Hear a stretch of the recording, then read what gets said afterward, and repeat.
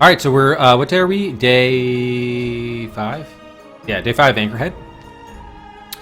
We got up to 23 points, so we're at least definitely more than 20% of the way through it. And then we're on day 2.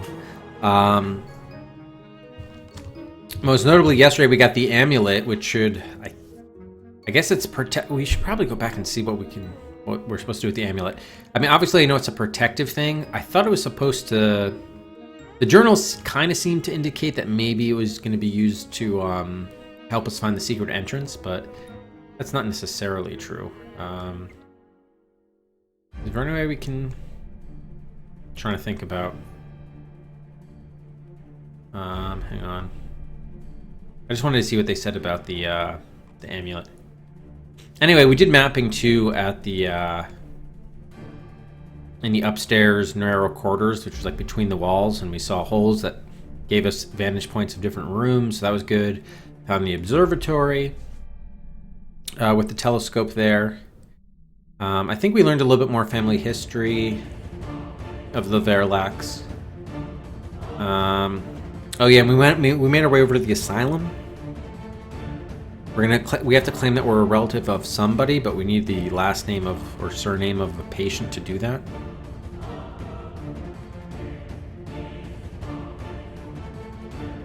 So I think those were pretty much the highlights.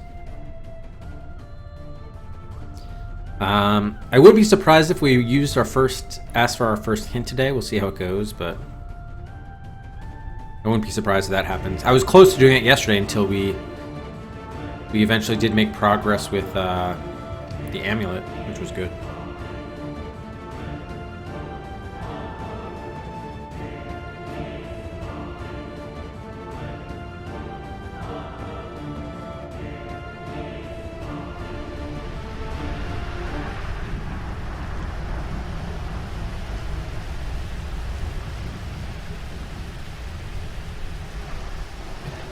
Okay, so let's start the timer. So I guess to start... Oh, I guess we were messing around at the church where we left off. I was still trying to find an item that we could break that padlock, but we still haven't found anything. I guess we might as well just say unlock padlock. I know we don't have the key. Yeah, none of them fit. Okay. It makes sense. Yeah. Let me just go back quickly. I just want to see if we have the amulet. Okay, so this is back in the cauldron in the shop. Can we ask man about the amulet? What did he say about it? It's yours, you can keep it. Shit. Okay, I might need to go back a little bit farther. Wine cellar, damn it. Alright, let me quickly, I just want to quickly see.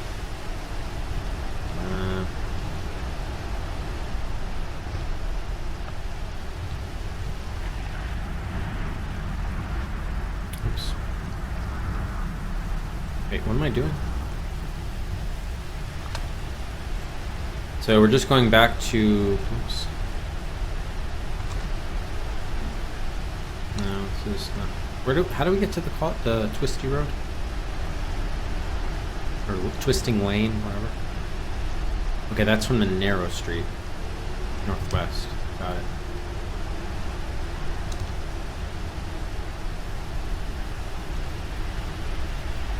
Ask man about amulet. Okay, so it's a charm against evil, a ward against the eye.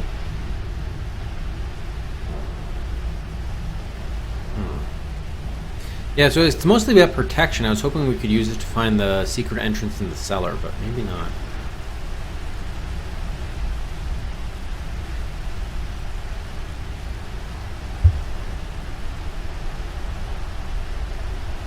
Huh.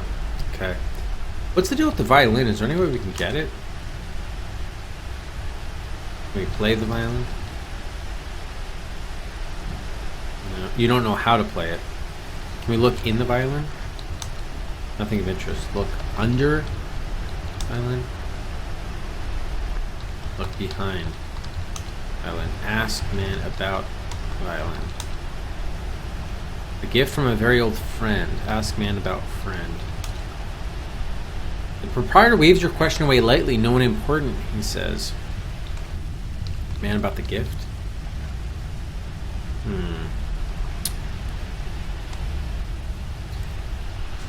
Man, give me violin. Buy violin. No. We left our purse and wallet in the car. You're loving this town more every minute. So a friend gave him to him. Scroll and fingerboard gleaming ebony. Strings. Oh, he picks up his violin, idly begins tuning it. After plucking out a few notes with his thumb, he sets it down again. Fingerboard. Okay, wood. I need the violin. Strings. The proprietor pulls a rug from his back pocket, or rag, polishes the top of the display case. Can we, like, cut the strings? Cutting that up would achieve little. Take strings. Strum. No. Hit strings. I'm not sure what to do with that violin. Tarot cards in the geo. Alright.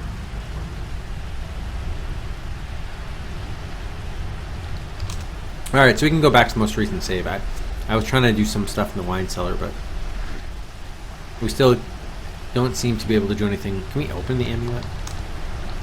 Not something you can open. Look in the amulet. Nothing of interest. We have a leather thong, a silver pendant, tiny upturned hand, a triangle inscribed within the palm. Cast pewter game pieces from Monopoly. Why would the torn journal be a palm?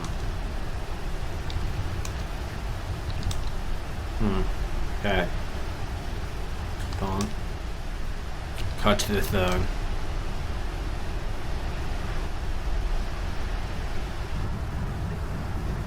Alright, I wanted to get those, the keys from Chuck. Should we really try the asylum again? I don't know how to find out the name of that guy.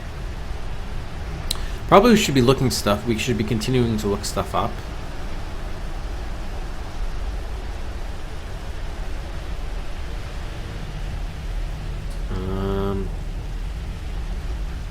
What names do we know?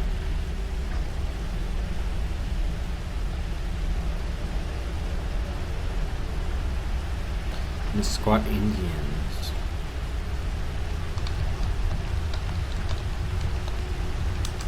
Like, who could we talk to about the Aquatic Bend battle? Maybe the proprietor would know? Curious.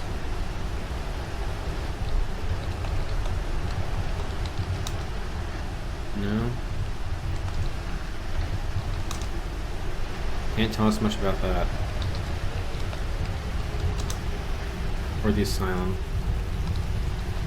Aquatic Bend. No.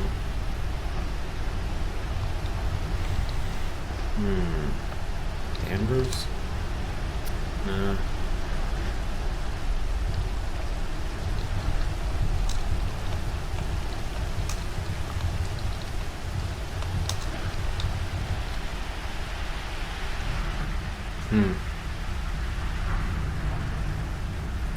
Does he know Benson? Claudia Benson? He does not.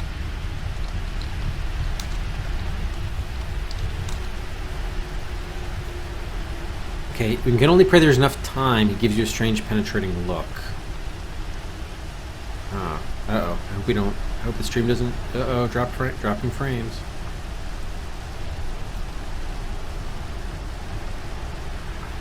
Be offline? Dropping a ton of frames. Oh. Okay, it looks like it recovered. Okay, he has a mustache, a beard. Or not.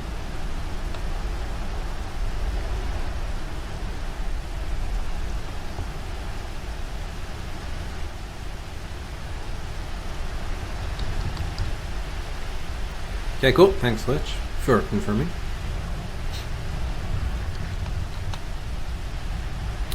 Okay, we asked him about Michael, I remember, but... Can we ask him about himself? No. The proprietor beams proudly. All merchandise is guaranteed authentic. We cannot be held responsible for the effects of any enlightened states of consciousness achieved through the use of our products. Thank you for shopping at the Cauldron.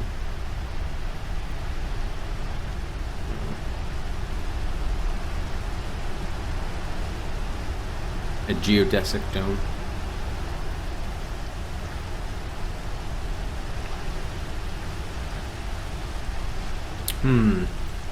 What if we turned on the flashlight at the cards? Point flashlight at cards. A verb I recognize. Shine flashlight at cards. Put flashlight at cards. Or on cards, rather. Maybe I need to be saying tarot cards. It's not open. Open the case. Shine flashlight on cards? No, can't do that. Alright. Oh, ask man about himself. Thank you, Nico. Hey, how's it going, Sting?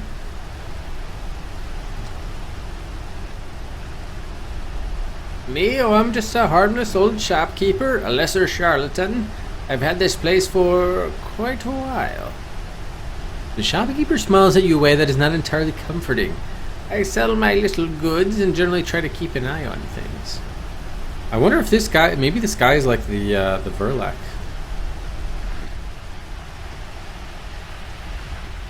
Maybe he's the guy that is still like alive. You never know, but who knows? Hey, how's it going, Tech?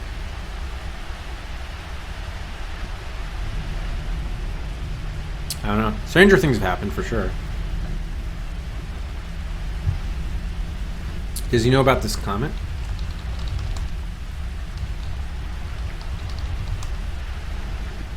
Yeah, sticky tendrilled bunch. Does he know pillars?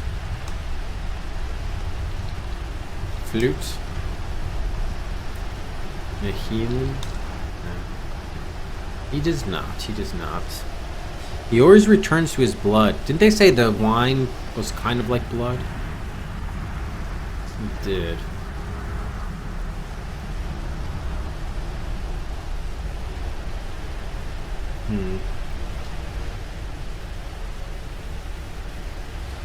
Alright.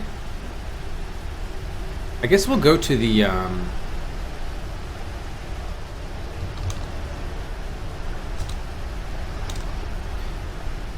let's try to go to the, where am I trying to go? Nursery. Yeah, back to the real estate office. Can we do something with the, filing? I feel like we should be able to look up more than just Verlac. Maybe not, I don't know.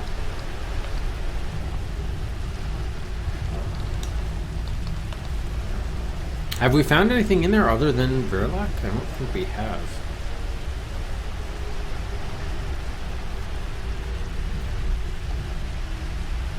Anything on Misquat Indians? Aquatic bins? No. Damn. I mean, it's supposed to be like real estate listings, I guess. So, maybe the mill? We know we want to get in there. See, it would be great if they represented some of these buildings that are closed. Somewhere in the next room. Okay, this damn fly. Maybe we need to set up a trap for the fly. Do we have like something like sweet honey it would get stuck in or something? We might be able to use the styrofoam cup.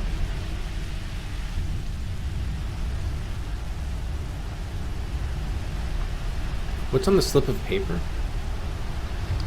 Again?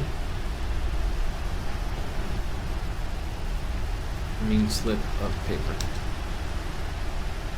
Oh, right, that was the Michael's note. Yeah, we did check the records, so get that. Oh, thank you, Mr. Viking. I think I did start it, I just didn't get it on screen. There we go. It's been running, just not visible on screen.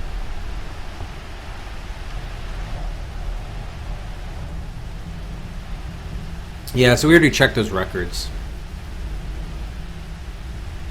I don't know what we're gonna do then. I guess we could kind of maybe take a tour of the world again and see if like any of the descriptions we missed something. I mean, remember yesterday we found like the narrow beach, which we didn't find the first time, and I mean, even more importantly, the cauldron itself off the twisting lane. Hey, how are you, Joy? So maybe it's worth our while doing that. We could also try getting the key from the bomb. That's still a problem.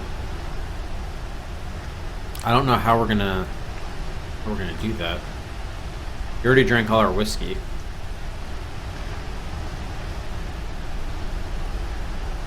I wonder if I should have mixed the whiskey with the coffee. The old coffee.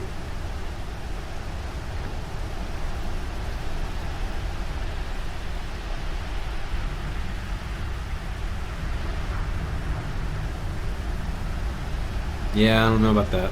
I don't know. Turner's turn. Hey, how are you, Drudel? Welcome back.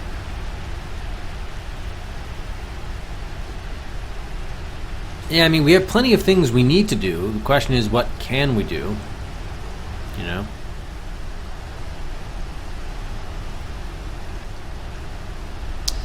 Like, what's frustrating the most is, I mean, that key is so within reach from the bomb. And also the key that the orderly has, Chuck, you know, at the asylum. And that's too bad. You work most nights? I guess we could try to catch the fly. I don't know why not. It's supposed to be invisible. You can't see where the fly is. You're not even... Oh, maybe it's not a fly. Maybe the buzzing is a clue to something going on. Listen to fly. You can hear it buzzing around here somewhere. You just can't see it.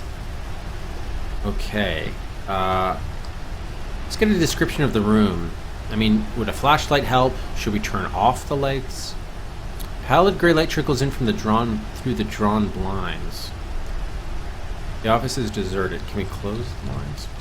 They're not something you can close. Pull blinds? The cord seems to be jammed. The blinds won't open. Oh, the blinds are closed. Okay.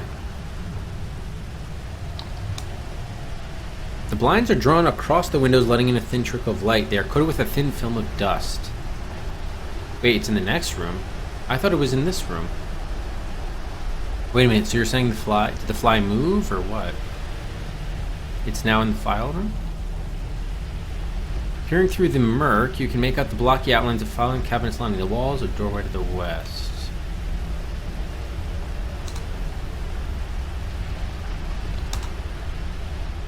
Okay, I just can't see it. Can we close the... Let's close the door if it's here with us. Wait, I can't see any such thing? Why not? Isn't there a door in here? No, not. Oh, it's a doorway, but there's no door. Huh. I was hoping to, like, trap the fly. Can we close the window at least? Close the transom window. No, it's not. I wouldn't say it's similar to Zork at all, actually. I mean, it's like Lovecraftian horror. So kind of Cthulhu-esque. From a plot perspective, it's most similar to Shadow of the Comet, or Call of Cthulhu, Shadow of the Comet, that we played before. Alright, so how might we be able to neutralize this fly? I don't even think... It might just be like... it might not even be a fly. It might be a buzzing that, like, is indicative of something else. Does it react to the flute? No.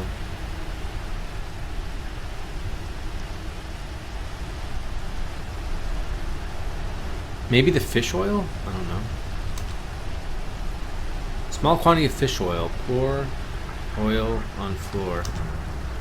Stop trying to make a mess. Somewhere nearby is the fly buzzing around.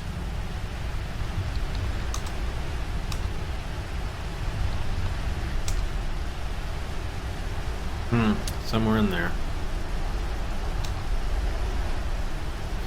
And we can't open the blinds? Cord seems to be jammed, the blinds won't open. Well, cut the cord. Damn it. There's no way we can open the window? How can we... Well, we have the flashlight that's on. Should we light the lantern? You don't have a match.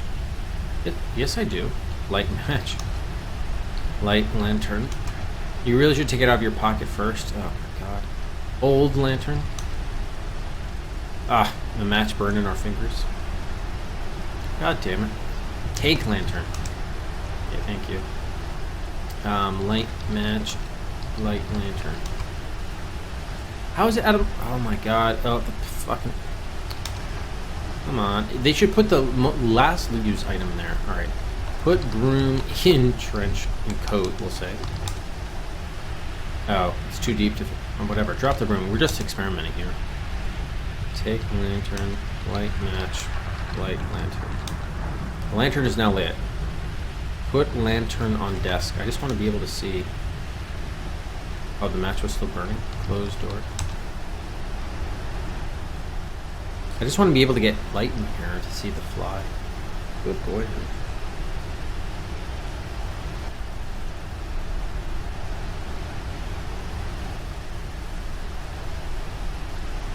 Yeah, it's probably not it, but...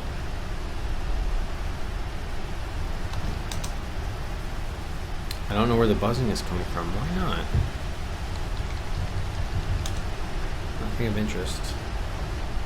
We can't unlock the desk drawer.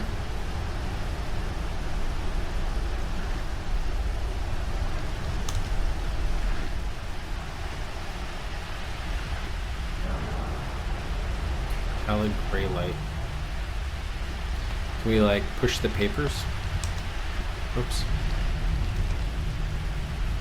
No. You're not here to burglarize the place. Move the papers. Nah.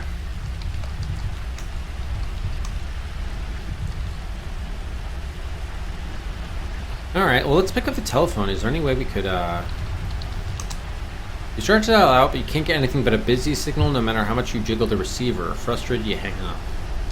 Is there any, like, number on it? Just an ordinary looking telephone.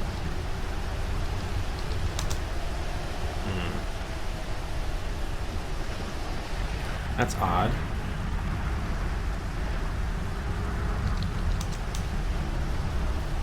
What happens if we push the delete button? Is it full? No, okay, we still get the Verlac. Machine beeps. Machine beeps and does nothing. I mean, I don't see why you'd want that to happen, but...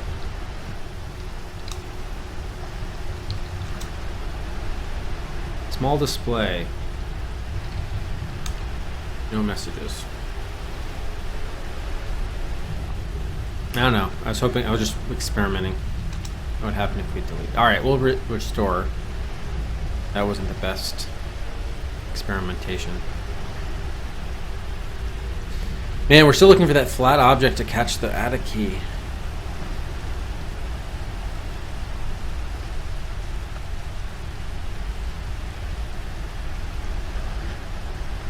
ATA key.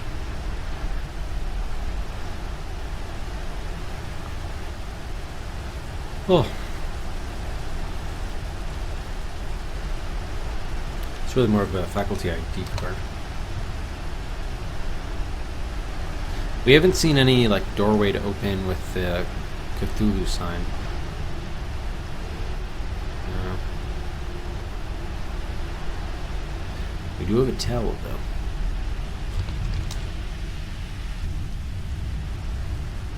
A little damp, a little damp.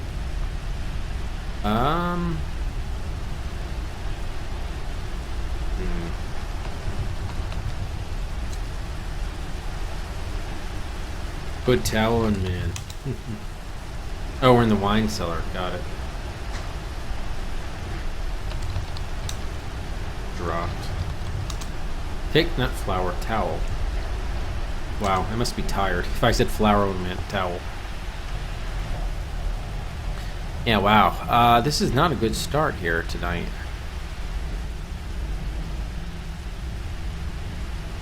I wonder if we have the telescope lens already in some other form. That wouldn't surprise me. That would not surprise me.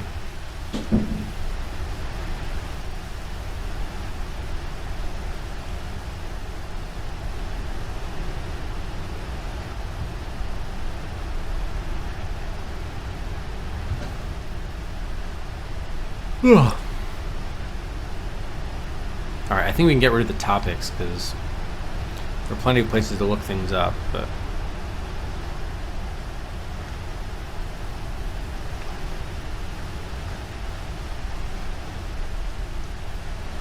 Man, how can we get the bum to give us a key?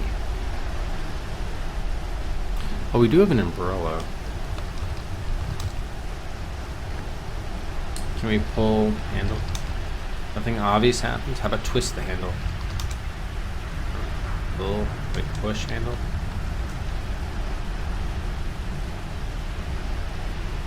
Open umbrella. You'd look silly carrying an open umbrella indoors.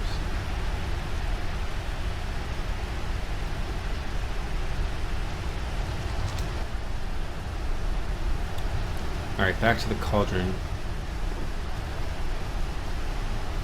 Very faintly from somewhere over the rooftops you hear the faint quavering strains of a violin. Oh. Is he playing? Oh, he must be playing the violin.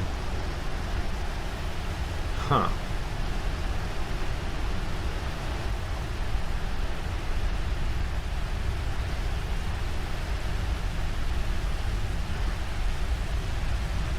Fidget, thanks very much for the follow. Welcome. I don't know why the alert didn't go off there. Oh, there it is. Oh no, this is someone else. Lanelle Yetta. Thanks very much for the follow. Welcome to the last adventure quest. Len Alietta, maybe. Len Alietta. Let me know how to pronounce it. But welcome. Oh, there it is for Fidget. Thanks very much, Fidget, for the follow. Okay, in court.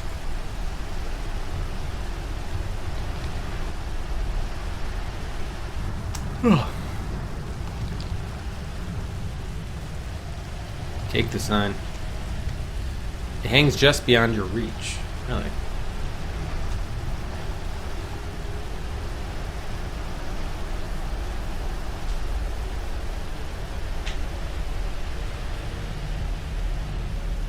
And stand on the jewelry box.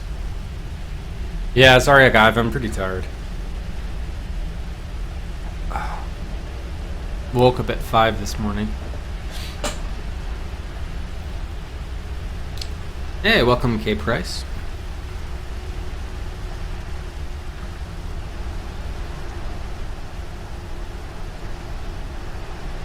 Yeah, that fish oil. I don't know. I was trying to attract the fly by opening it, but it didn't seem to work. Are we sure we can't try that with the guy, the bum?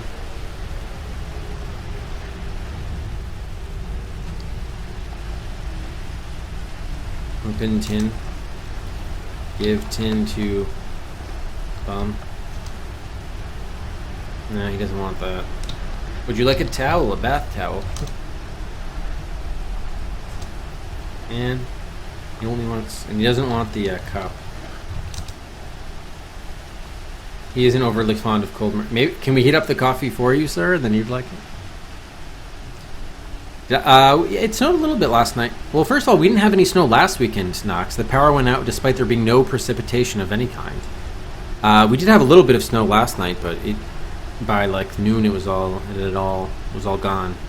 It wasn't really much. I know, but like north of here, I heard they got a lot of snow. When DC it was like a dusting. It wasn't much. How about you, Knox?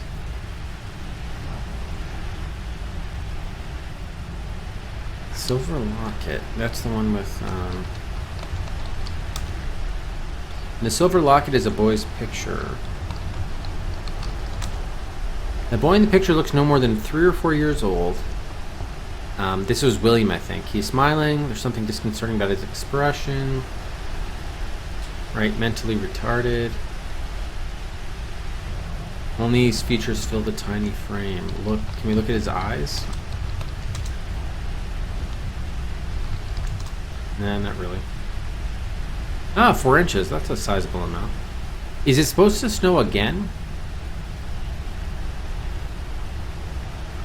That's good. No, but yeah, I mean, most snowfall you don't expect really a power loss. I mean, unless it's like a blizzard, with high winds and such.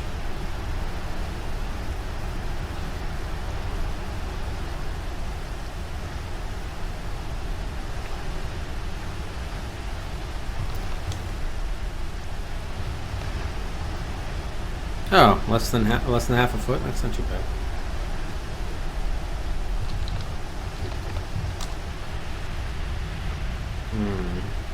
Can you open this puzzle box, please, Bum?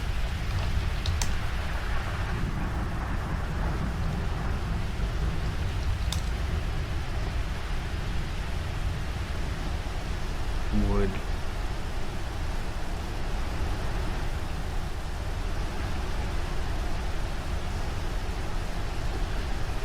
Hey, man. Oh, that melted away too. Oh, not too much.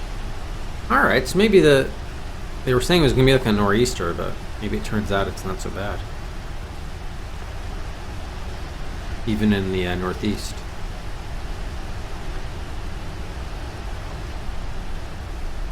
Yeah, wow. Probably because partially I'm tired, but not really sure. I mean, there's so many things we could explore, but the problem is like I haven't made progress with this bomb or Chuck. I guess we can ask him about himself. Oh, here we go. I should be asking people about themselves. The old man's size. Well, he's not really an old... Well, I guess he is old. But I was a doctor once. I was a very good doctor. But that was before Edward, you know. Little Edward and his voice trails off to a whisper, but you could swear he mouthed the word brother. Oh, I think which is William, right? The old man lets out a vicious cackle. They got to him, didn't they? The maggots got to him good.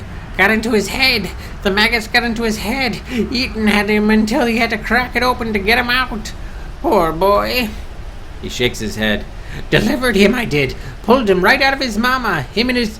Suddenly he stops and will say no more. Oh, okay, yeah, he's talking about the brother again. I think that's William. The old man falls silent all of a sudden. For a while he simply stares down at his hands, limp and open in his lap.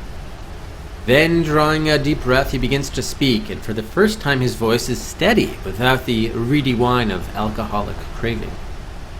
I, little Edward, had a brother, so he did. And I know him. I know of William, so I do. I delivered the child. Anna Verloc was his mother. It was... Oh, okay, so we learned a new member of the family. So Anna Verloc was the mother of Edward and William. So we should write that down. We'll find out what her dates were as well. So mother of Edward and William. Okay. He leans over and grips your arm with a hand that is suddenly steady and strong.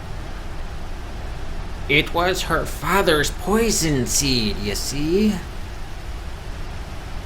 That evil bastard poisoned her womb and put a monster inside her.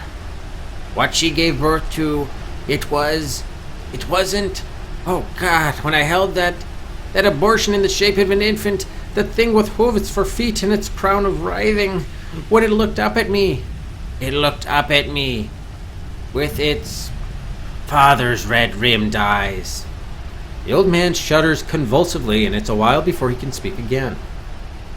Anna and I decided between ourselves, we did.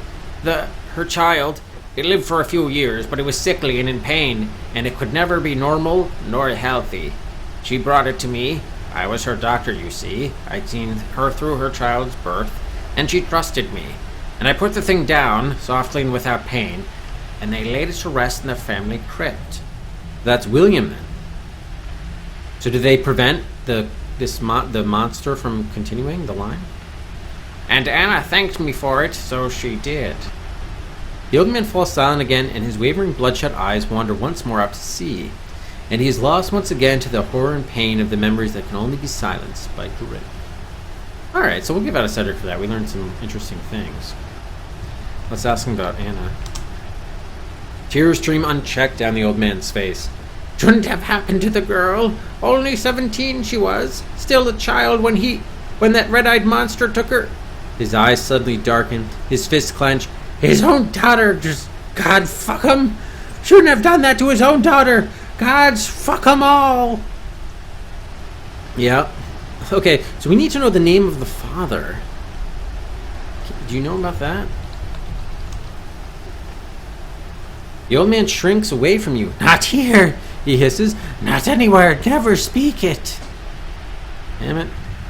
What about, do you know Julia? No, he doesn't know about that. He screws his face up in confusion. Okay, do you know about Heinrich, going back a long ways? No. So, I guess let's consult the family album about Anna Verlek. You cannot find that name anywhere in the album. Really? Is it because she was born after 1944? I guess if she was 17 when she gave birth to William, that was 1954. Yeah, so she should have been born in 1937. But we don't have an Anna Verlek. Huh. I think she's 1937.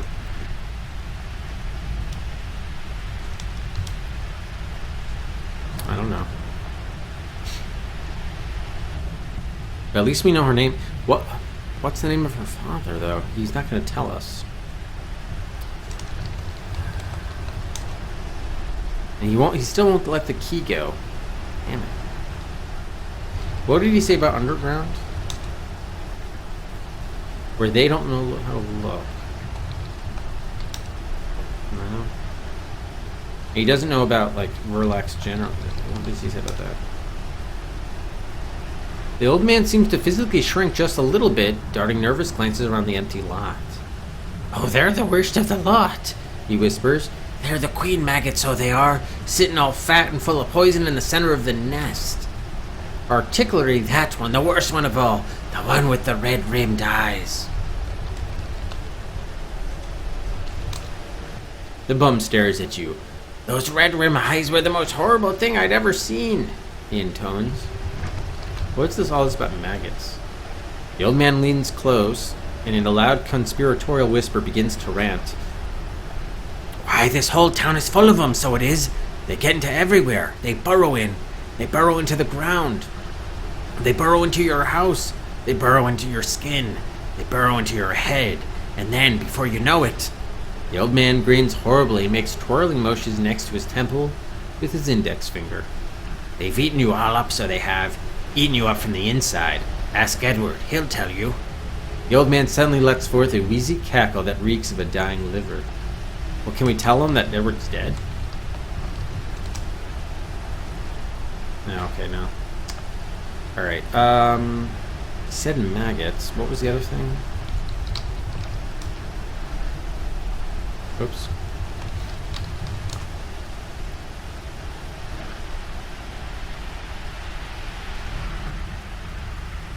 Okay, the nest. Queen? I'm just trying to find ways to keep him talking.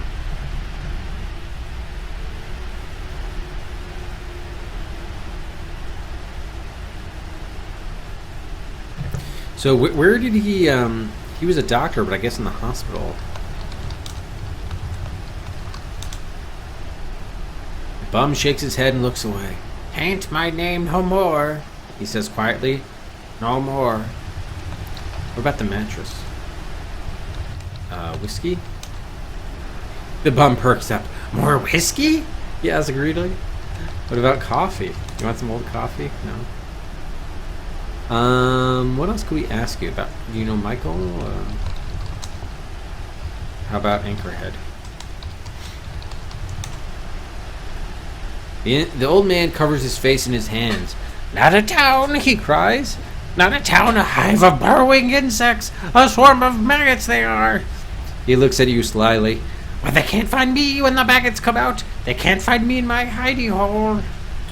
And we go into that whole thing. Miskatonic, there was Quatuk Bend. Damn. Comet? We're gonna try the asylum. Misquat Indians?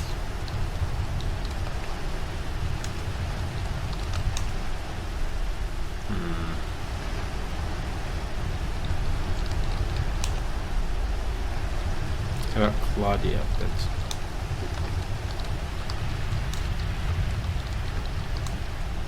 The old man cannot look at you. Aye, He whispers. he's done it again, ain't he? He's done it again, so he has. Really? Oh yeah, I wanted to show him the locket. Show a boy's picture to man. Bum makes no move to take the locket, but he stares at the boy's picture inside with something akin to fear. Aye, he whispers hoarsely.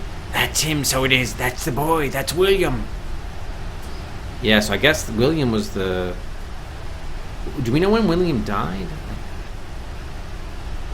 We do. He died. Okay, 4 years old he died, so I guess he killed William, the hobo.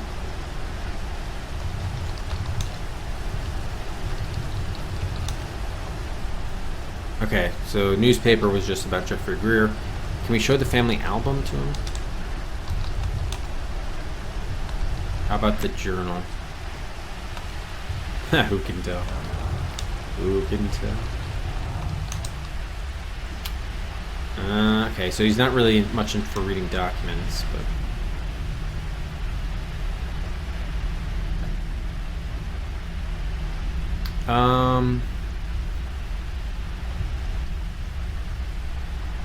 What else could we show him?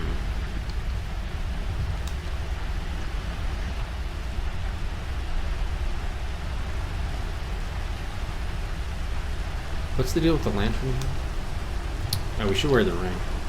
Old-fashioned hurricane lamp with a tall glass chimney to protect it from the wind. Oh, yeah. Okay, I know what that is, yeah. Comforting snugness.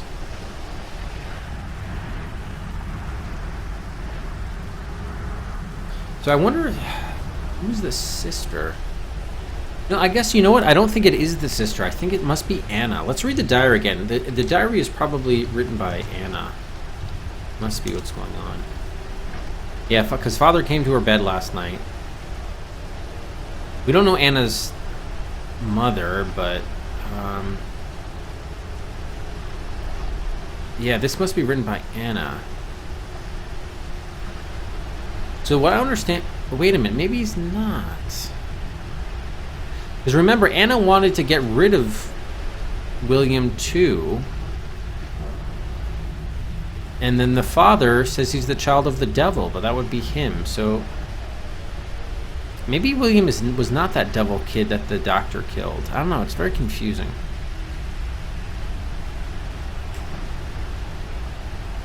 Sing to him through the keyhole. Should we be singing?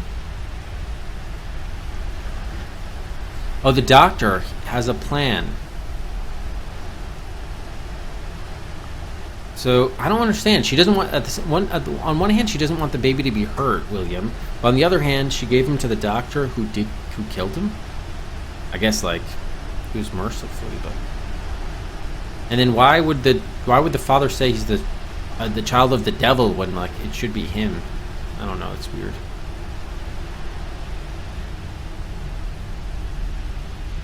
Giving him the charm. Never take it off, dear Edward. I guess the charm could be the charm is the amulet, I think. Then probably since Edward gave up the charm, that's when he got the maggots, so to speak, infested in his head. Something like that. Missed at the window. We showed the diary to the man, but he didn't have any reaction.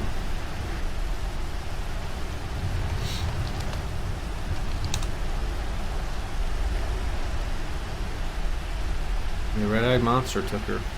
Gods fuck 'em all. Bro. All I care to tell of that tragedy I've told, the old man says quietly, not looking at you. I've no wish to speak of it again. Wait, the son has done it again?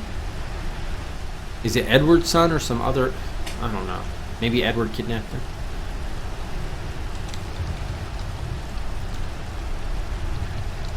Uncle.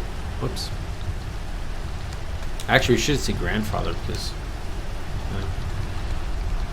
Alright, I'm just trying some things. Do we have a name for the house? No, we don't. Can we sing? You try, but your heart's not in it. Oh. Maybe we should be singing at the attic keyhole. Huh. Alright, so after all of this, let's go back to,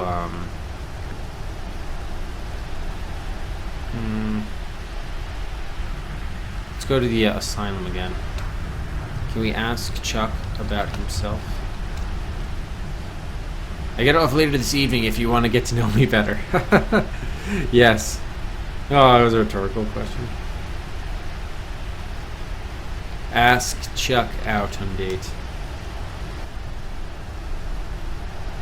Today's quiz, helmeted characters? Helmet-headed characters?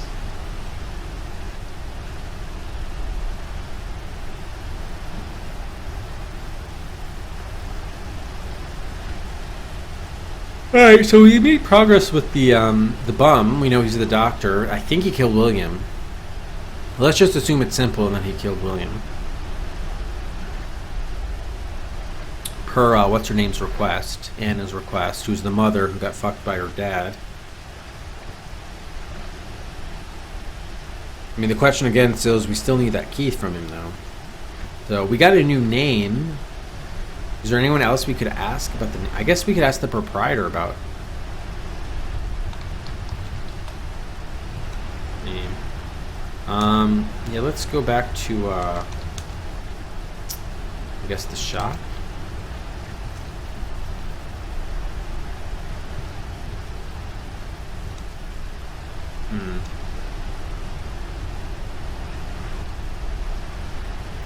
Ask man about...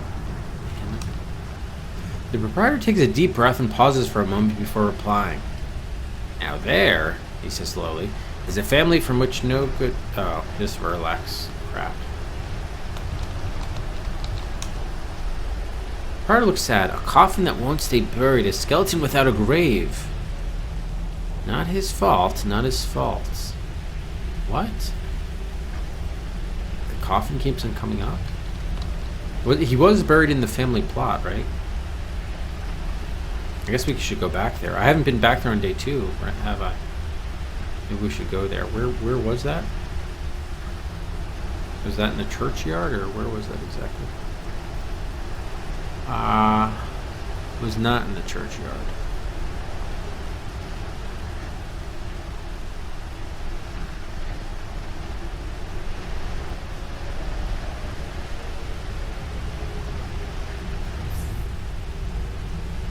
Where was that? Crypt door. Yeah, I have it here. Oh, it was in the backyard of the kitchen. Yeah. There it was. Okay. So we have been there on day 2. Never mind. Okay. Well, at least he knows about these people a little bit.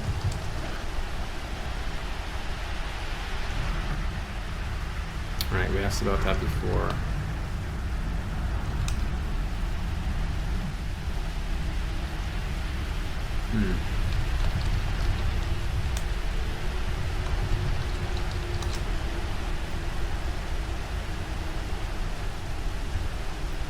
Can we ask him about the crypt? No. Alright, so at least we have another NPC. I guess we'll add that to the people list. Oh, I never had the bum here to begin with. That's odd. I should have. Bum was, doctor. I guess we'll just say Anna, doctor who killed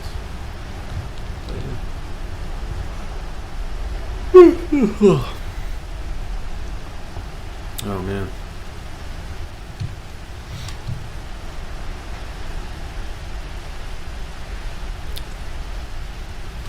Alright, there's still this violin which we hear being played sometimes, but you'd love to, but it's not being played right now. Yeah. Chief Chukawakakwat.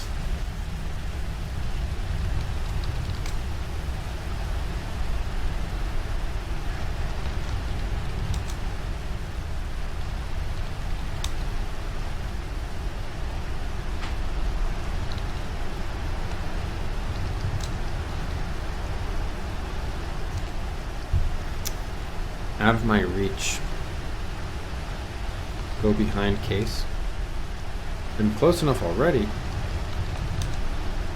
Can't stand on it.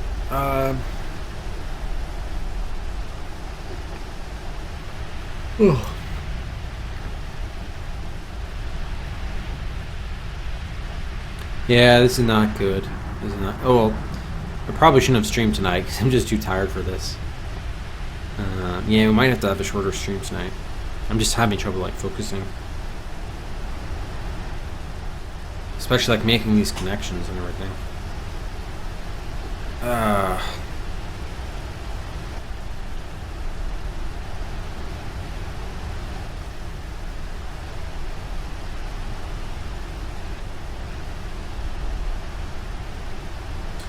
I don't think I have the slip of paper here, do I? I don't.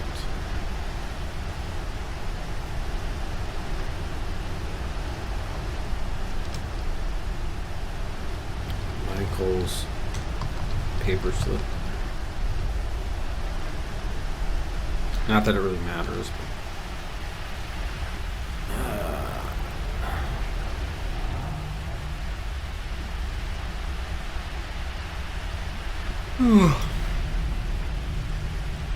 What happened to our tin? Old tin is still closed? Did I show the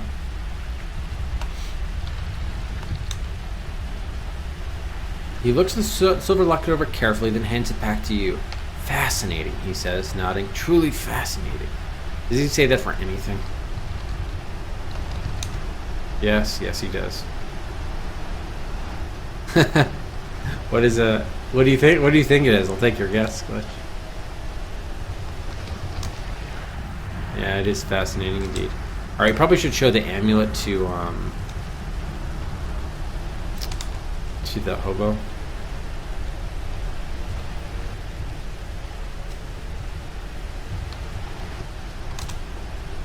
You won't get much of a response. The old man takes a good greedy look at the amulet, but makes no move to take it.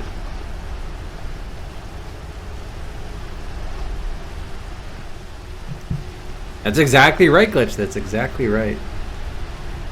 Yeah, I'll probably change it back this weekend, but it's good for a week.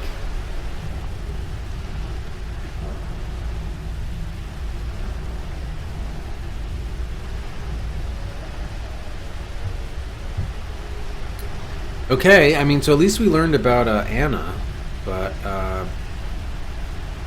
as for what that means about getting the key to the middle door under the bridge, the hobo doctor is still holding out on us.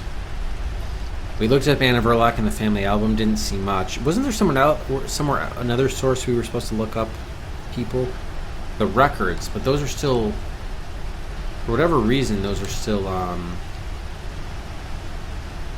those are now closed. I don't know whether that means we don't have to access them in the game again or not.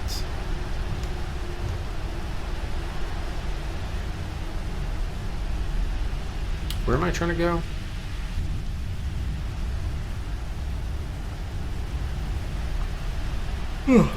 Oh, the courthouse, right? Yeah, well, I don't know why the doors are... Oh, the doors are locked. I had to go downstairs. Ugh, I'm an idiot. Okay, so that's why. I kept on trying to hit south. Or southeast, I guess.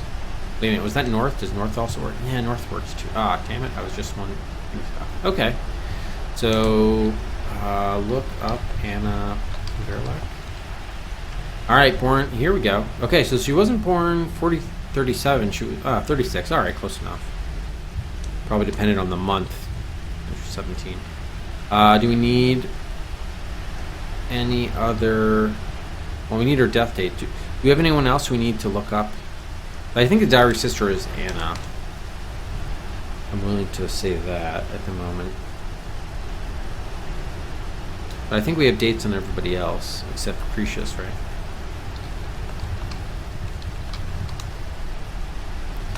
Can we look up Jeffrey Greer? No? Whoops. I mean, he was born in the area. He should be here. Yeah. August 4th, 1989. I mean, why not, right?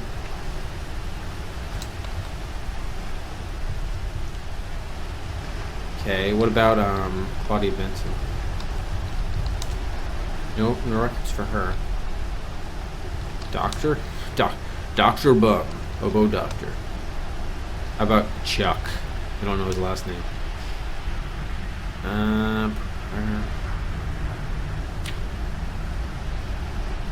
Yeah. Did we ever ask about... Yeah, we did. Okay. Alright, so let's go to the... Let's look up Anna's death date. March 23rd, 1962. Really? So that was 4 years after William died. So she basically died at what? Age 26, huh? Oh, not even 25. Smart. They like cow music? Or, sorry, cows like accordion music?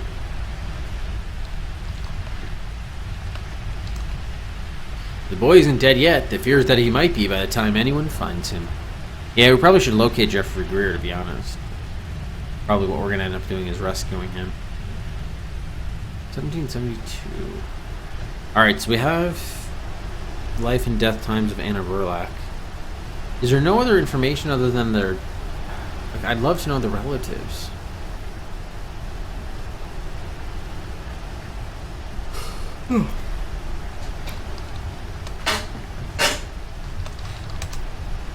Oh, we found a Max Greer who died in 1992. Oh, maybe we should ask that about his mom. Huh.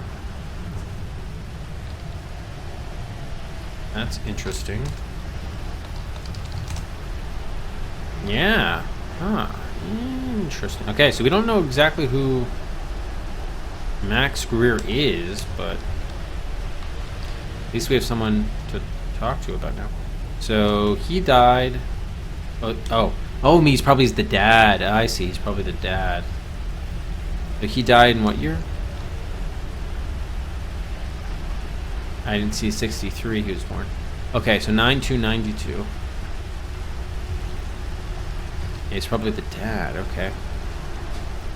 I'd like to ask about the mom. I don't know what her name is though. Look her up.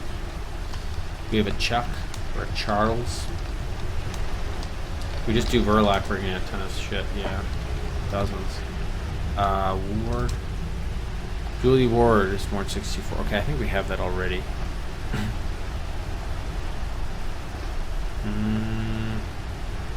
Yeah, there she is. Oh, she recently died, right? She got killed.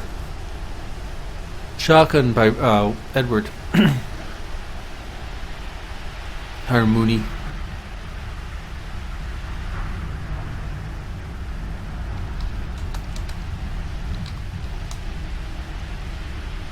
Huh. Okay. Any other names we know? We don't even know our own husband's we don't even know our own last name. Look up proprietor.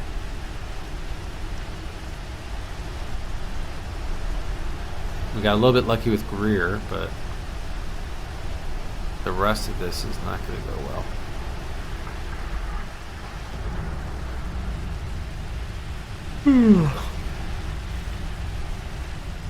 Oh man. All right, let's go to the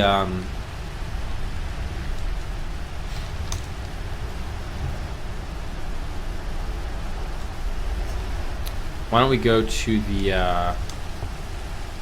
back to the oops.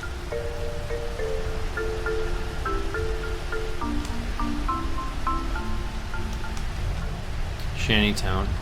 Knock on 11. Ask woman about Max Greer. Turn switch behind a grimy window pane. I think that's the face though. You can't see any such thing. What? Alright, we'll pause it there.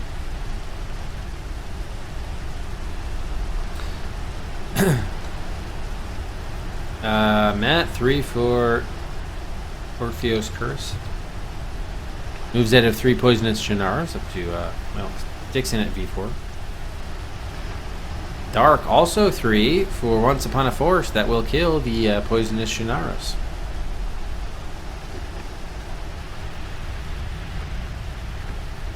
Once Upon a Forest hangs in at V5, and then Mantis 3 for Angel Devoid. Face of the Enemy, okay. Been a while since Mantis bought some slots for that one. Moves out of Nightbreed, Island of Dr. Brain, and Rex Nebular.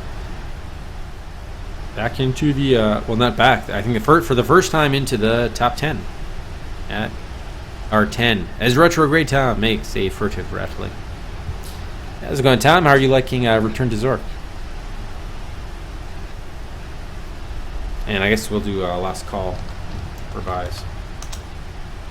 Alright, I'm going to see if I can make it to 9:30. I don't know. I'll probably have to call it at 9:30 just because I'm so tired. But we'll try to get in another, I guess, 40 minutes.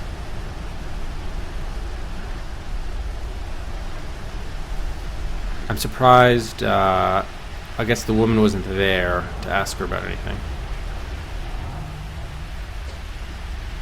Hey, Morgan. You aren't afraid, Hippo. Evil Yoda, you will be. You will be. You will be. You will be. Thank you for that, Dribits. A bit obscure. Whoops. A bit obscure at times, huh? That makes sense. Yeah, probably. So what, that game came after Zork 0? I forgot that the Zork chronology at a certain point. I mean, I haven't played any of them, so. Did you play any of the other games in the Zork series before? Huh? Morgan, 3 guns for Zach McCracken. Up to 38. It's really moving out in front now as the prohibitive favorite. 10 guns above Eternum. And then 3 slots for Torian's Passage. Moves out of Bill Nye, taking a Beverly Hills and Star Trek Judgment Rights. Up to V66. Okay, it is after Zork 0, nice. When Yoda went from funny old man to scary man. You will be, you will be. Not a very good Yoda.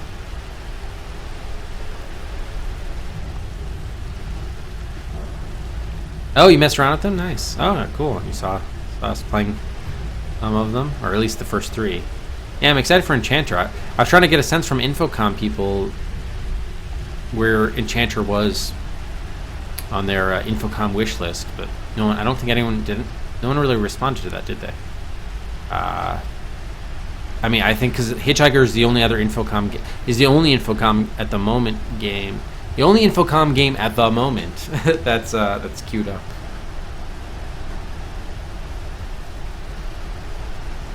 A Frogert. Frank Oz. The man, the myth, the legend.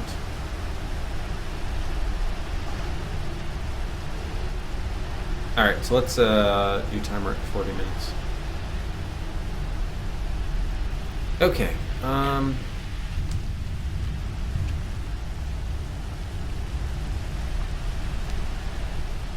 Alright, so what's the deal with the woman? Someone has already answered the door. Ask woman about Max. I can't. She mutely shakes her head. Isn't that your husband? And the dogs moved away too. Does she know about the dogs? Talk to woman about dogs.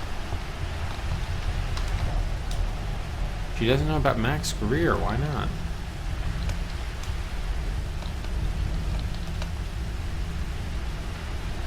Okay, the uppercase Max, so he's definitely a thing.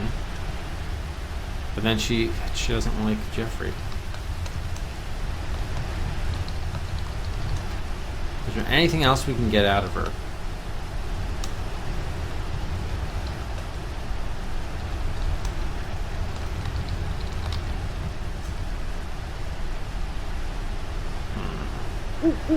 Damn. And Tom, thank you for the host.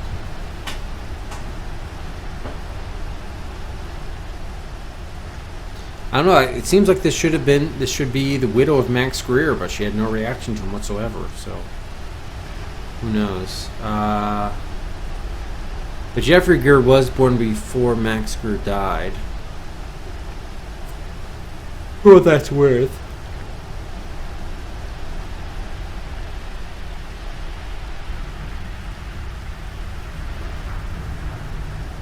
Didn't I want to show someone the amulet?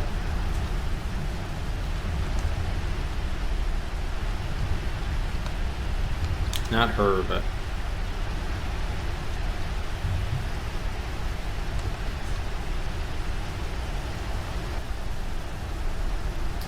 Did I want to show the hobo to the... Not show the hobo. Show the amulet to the hobo? Did I do that? I don't know. I'm so out of it. Oh my god.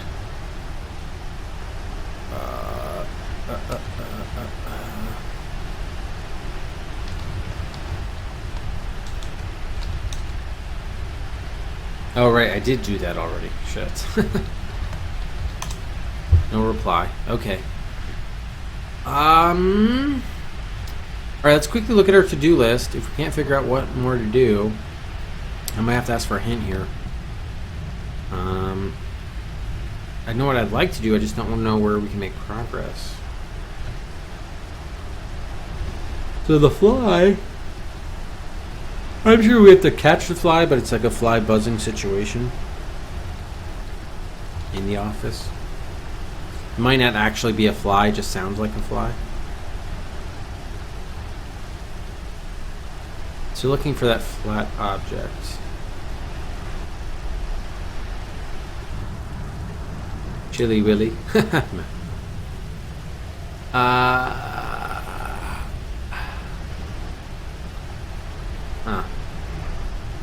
Still looking for that flat object for the door. I don't know why a piece of paper wouldn't do it, but beats the hell out of me.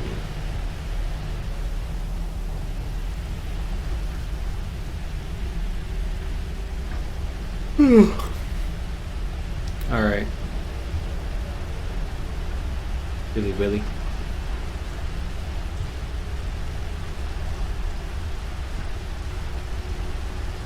Where am I going? The wine cellar.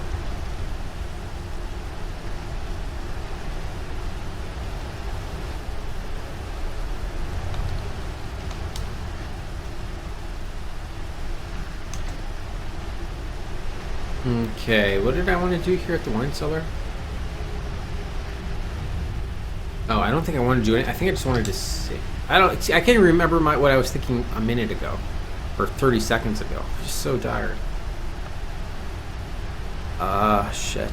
Oh, I wanted to try something under the attic door. That's right. I don't want to be in the cellar. I want to be in the attic. That's what I was trying to get to.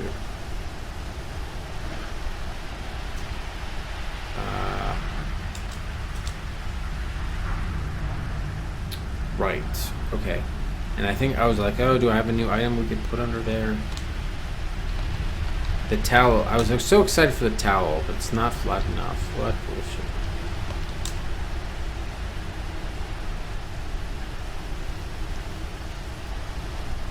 Slip of paper. I mean, that should probably be too small. Yeah. And the cryptical didn't fit underneath, right? Yeah, not flat enough. Same thing with the album. Right. I mean, what would you use in a real life situation? Like the newspaper?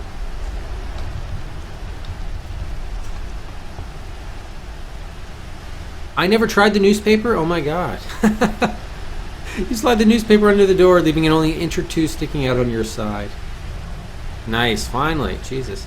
I thought I had tried that, but I guess I hadn't. So I just said, well, what you'd use in real life? Like, what item is the game looking for? Oh my god, I never did.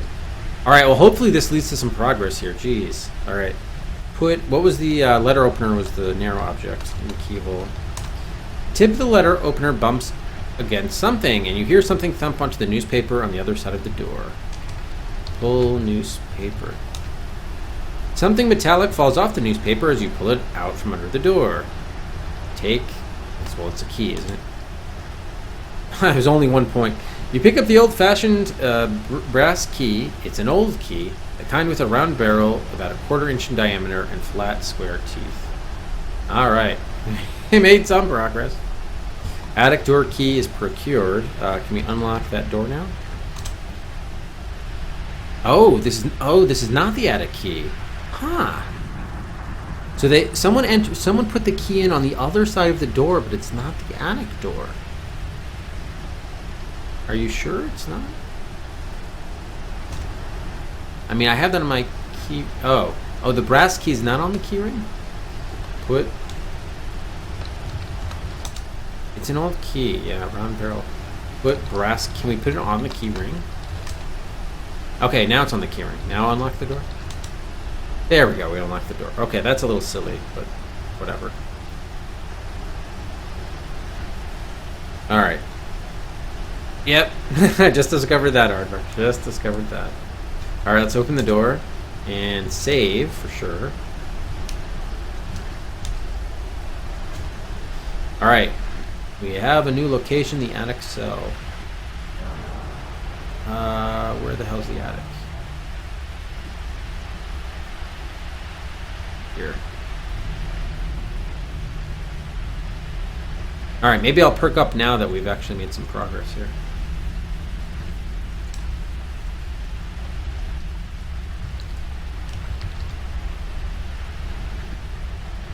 Cramped little annex off the main attic with a tiny shuttered window high up on the north wall. A pile of moldering straw in the corner and what looks like pencil marks on the lower part of the walls seem to indicate that someone lived here once. Or possibly was kept here. William. Alright, let's check out the window.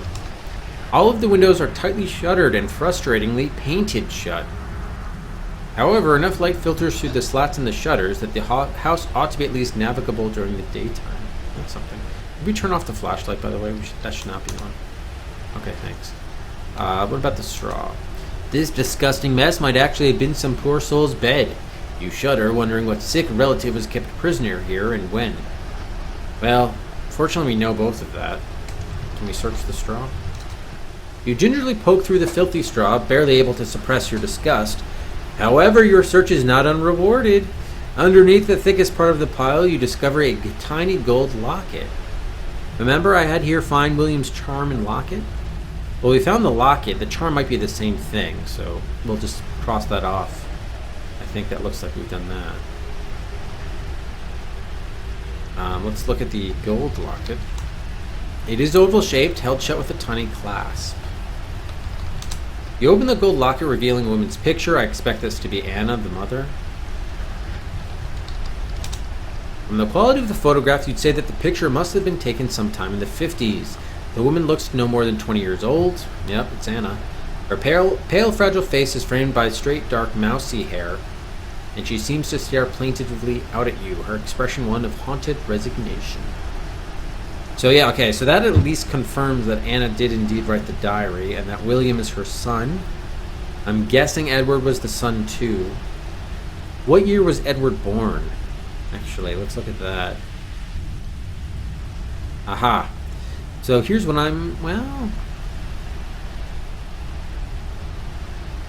we really need to know who Anna's father was. That's the problem. Because when we know when he died, we'll know whether... Remember, William was like the devil kid? So maybe he was like, for whatever reason, when he banged his daughter, he didn't take the place in William's body. William just ended up being fucked up. But maybe when William was killed 2 years later, then they had Edward, and maybe he, fucked Anna to have it himself carry on into his son or something. I don't know. Alright, there were some pencil marks here as well. They look like a child's drawings made with pencil or some kind of charcoal. Most of them are smudged and faded, but you can make out stick figures here and there and the occasional lollipop-shaped tree. Figures.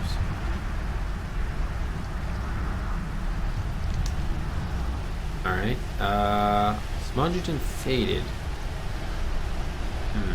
Do we need to do like an etching or something? Okay. What else was here? I don't think anything else, is it? Oh, I never took the locket? Okay, thank you. I just looked at it, I didn't take it. Lower part of the walls. Okay. Now, they say we can't get to the window on the north wall, huh?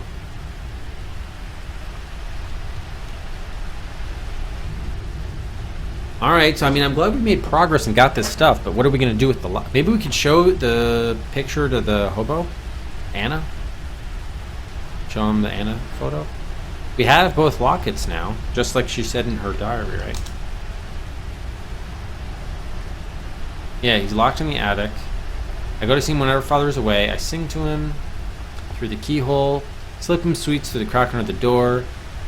My baby's beautiful. Can't let him hurt him. Doctor has the plan to kill him. I can never. This locket, yep. So she kept his locket and he had hers, which we just picked up. And then, okay, 61. What year did she die? Okay, so she died 62. So she must have been sick. But she wasn't dead yet. And she didn't want Edward to suffer the same fate as William, which is, I guess, is being locked in the attic. And then the charm, I see. So the charm must have been the amulet, which she had given to William, then William died. So then she gave the charm to Edward, and then Edward was supposed to never take it off, but he did and sold it to the proprietor of the cauldron shop. Fear to sleep, miss the window. Should we sleep in the straw? Get to sleep. Too early, okay. I don't think we can open the window, can we? Yeah, it's painted shut. Look through window. Through the narrow slats in the shutters, you can make out the bony, grasping branches of the surrounding trees waving in the wind. Not a soothing sight. No? Alright. Shutters? Alright. Close shutters. Open the shutters. No? Alright. Doesn't seem to be that important. So, like, good. I guess, yeah, I guess our only... We can't go anywhere from here, so... The only thing we can really do now, then, is... I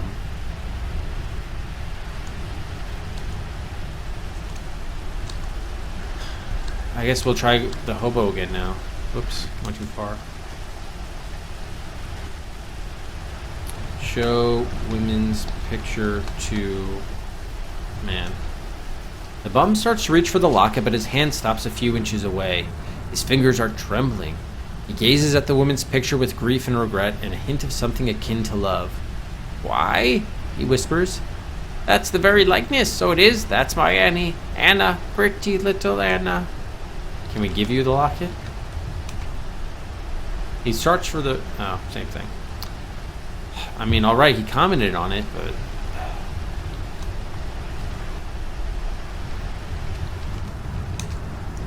Yeah. Hey, BDR. No, not even anything as big as a brick box, let alone bigger. But at least we knocked out a couple of to-dos. That's good. And we didn't get any points for it, but progress nevertheless. One less door to open. So this crawl space actually is a one-way. How do I get it to go the other way? I don't even know. Reverse the line. Yeah, there we go. So this is from observatory. There we go. So I guess we probably should dot this too, because it's not really like traversable. There. Okay. Yeah, we opened up the attic door and got into the attic cell. You know what? I probably should be thinking about that more in real life rather than looking at what I have. I should probably just say, what would you do in real life to do this? So that was pretty bad. I tried like practically everything in my inventory except for the the newspaper. Yeah, the problem was I wrongly assumed I'd already tried the newspaper. That was the problem.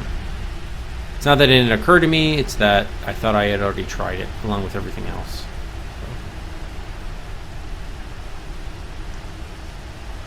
So then I just thought, if I were doing this in real life, how would you retrieve it? What would you use to get it?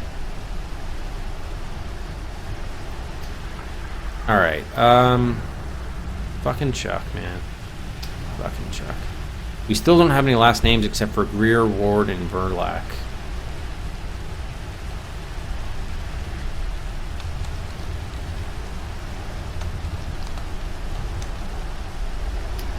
The maggots.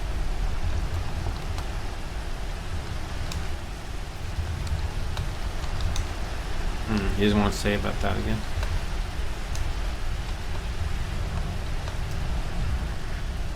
Round head.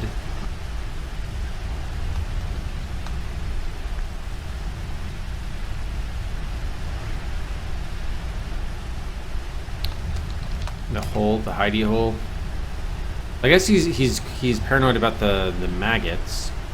So they must be, they don't know where to look, must be the maggots. But how are we gonna get that key from him? Yeah, I mean it's definitely a familiar puzzle. And I guess they use they don't always use a newspaper, but I guess that's probably the most common.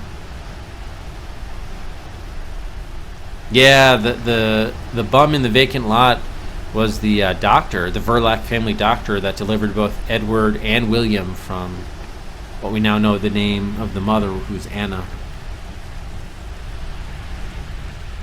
He was the doctor. So I still don't know how to get this key though. I guess we probably just gotta give him more like whiskey so he passes out. But where are we gonna get whiskey? At the bar? Like we should ought to go back to the bar and try to do more stuff there.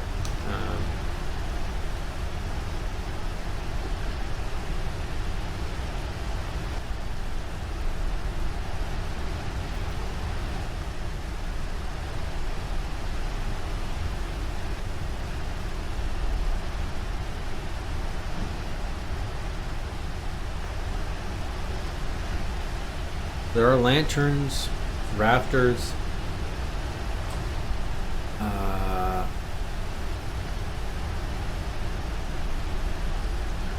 Is there any whiskey here? No, it's just the bottle. So do we have to make our own or what?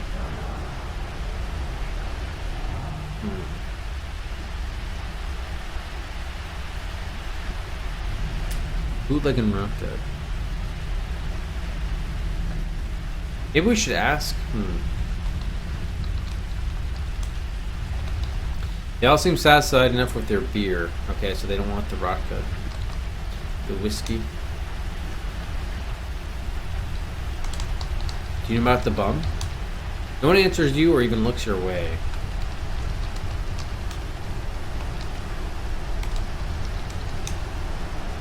Nah, just no one's helpful. Sucks.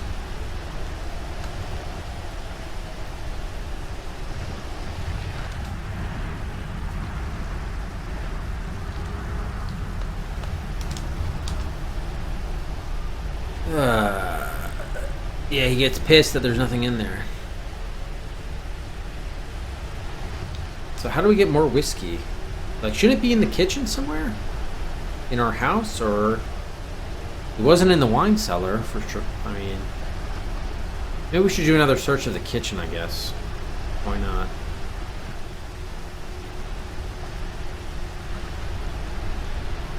Oops.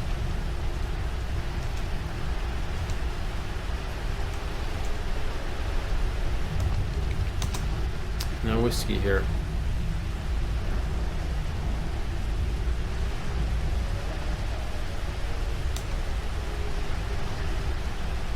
Is there anything in the pantry?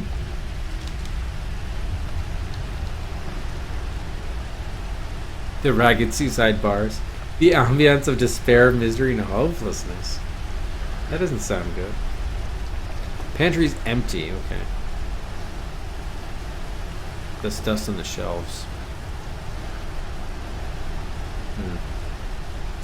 Are you sure there's nothing in storage? It really is surprising me there's nothing in storage.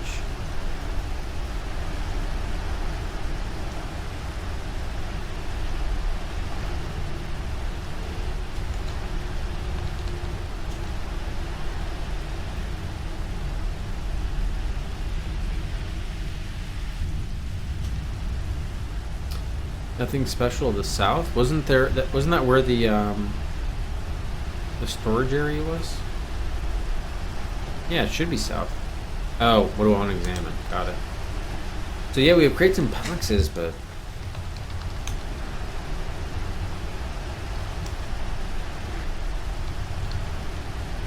It is weird that there's nothing in this room. The same thing, by the way, with that dark alley. There was, like, nothing there. Ha, bosses.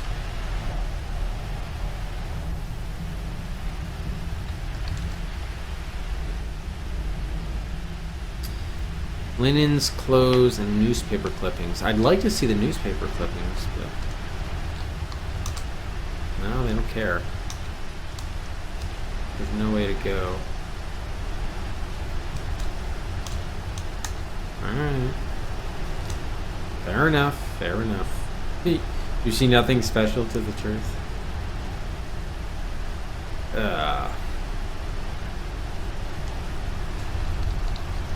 Should we try to do with more with Michael's computer? Why not? Oh, you know what? Let's quickly check the family plot again.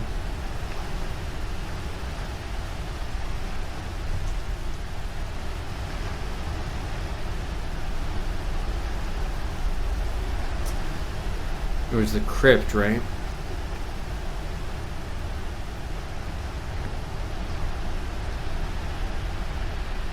Verloc tomb, yeah.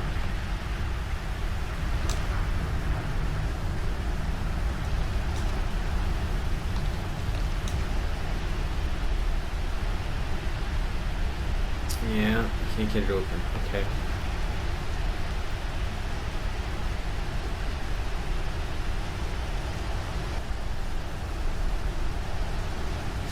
We're looking for whiskey. Maybe. We try to do more in the sitting room, I guess. Why not?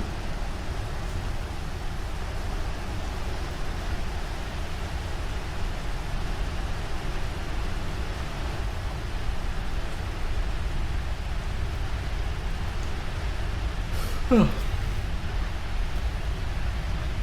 Crimson Edge Malice. The rug.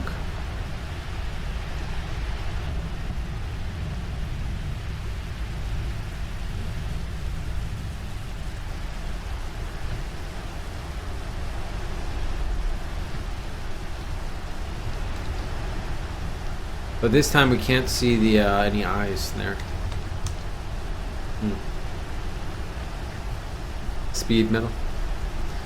Oh yeah, what kind of whiskey beer?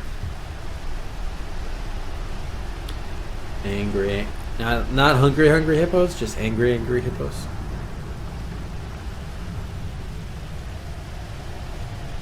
Oh man, oh I'm so tired. All right,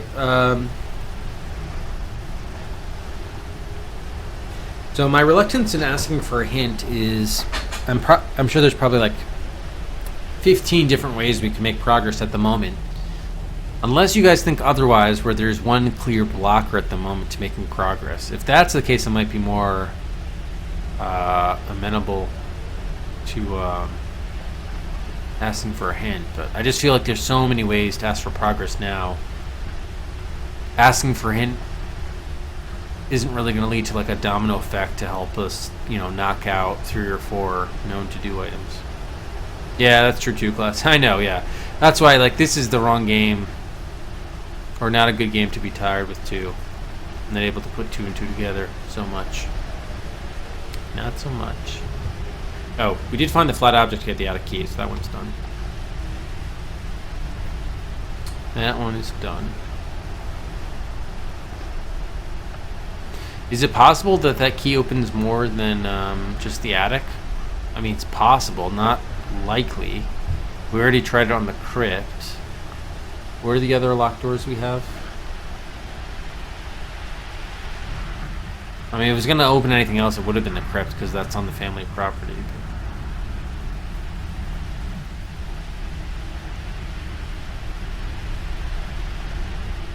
Alright, now Creek single barrel. I'm a gin man myself. That is my hard liquor of choice.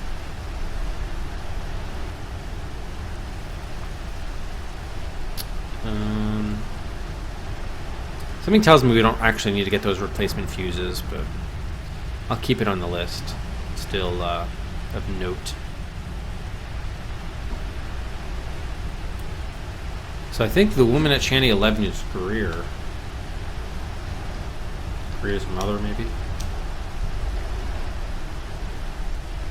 we have the heavy I still don't think we have the heavy object. What are the most recent objects we picked up? So we have the gold locket, I know.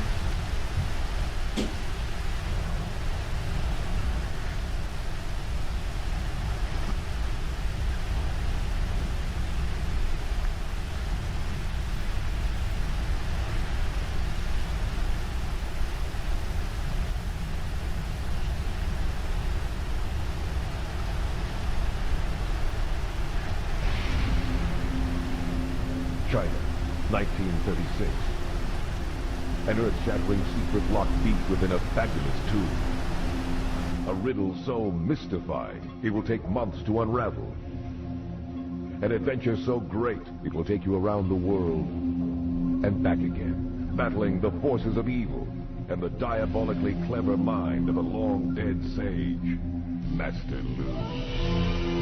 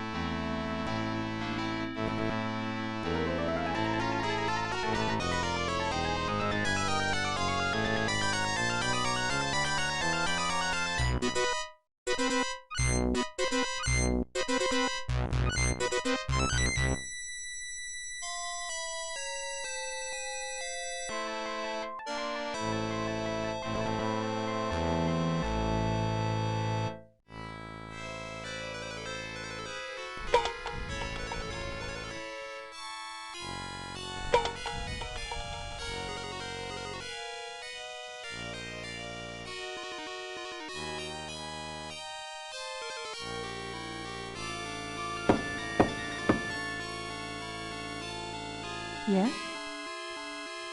Begging your pardon, ma'am. This is a note from Mr. Holmes from Inspector Lestrade of Scotland Yard. Oh, very well. I'll see that he gets it. Thank you, Constable.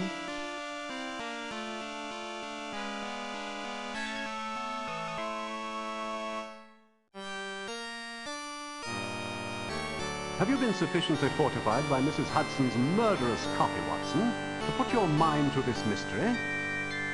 Whatever are you on about, Holmes, so early in the morning? I'm sorry to interrupt your reading, old man. Mrs. Hudson has just delivered a very intriguing note. Would you care to peruse it? By all means.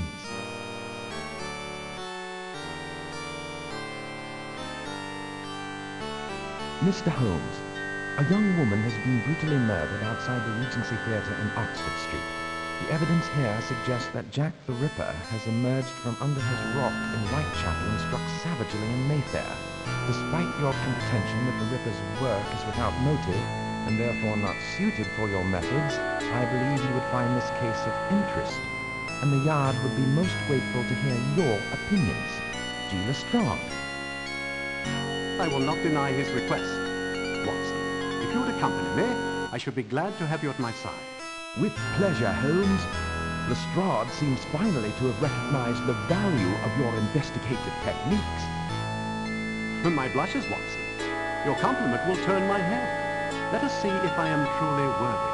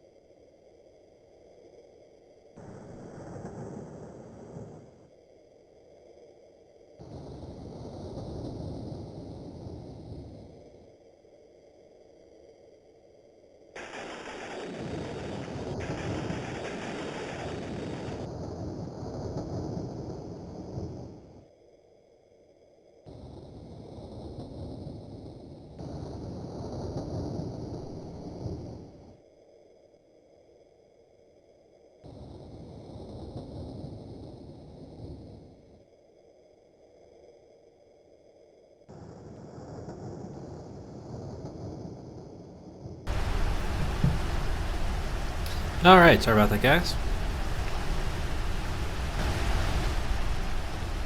Yeah, so actually, what I ended up doing was actually doing a mixture of trailers and intros, and the reason I did that is ultimately, like, the idea is to give you guys a feel for the games, so even if games didn't have trailers in the conventional sense, intros, I thought would be effective. The problem I'm having is just with the way at least the video plugin works for OBS Classic, like, yes, I can do a playlist of videos. The problem is I can't do anything to change, like to do basic stuff like shuffling the order of the playlist or any time. So like if I went to that Be Right Back screen again, you'd start off with what was it? Ripley's was the first one. Ripley's Believe It or Not would be the first one. Yeah, the last one was Dylan Dog. I mean, obviously I cut it sort of midway through, but so I need to have a better solution there for that. So aside from like manually switching before every stream, like that's the only way I could really do it at the moment with the current implementation. So that's definitely not really sustainable. But anyway, what am I doing here? I don't know what I'm doing. I don't know. Should we continue? What do you guys think?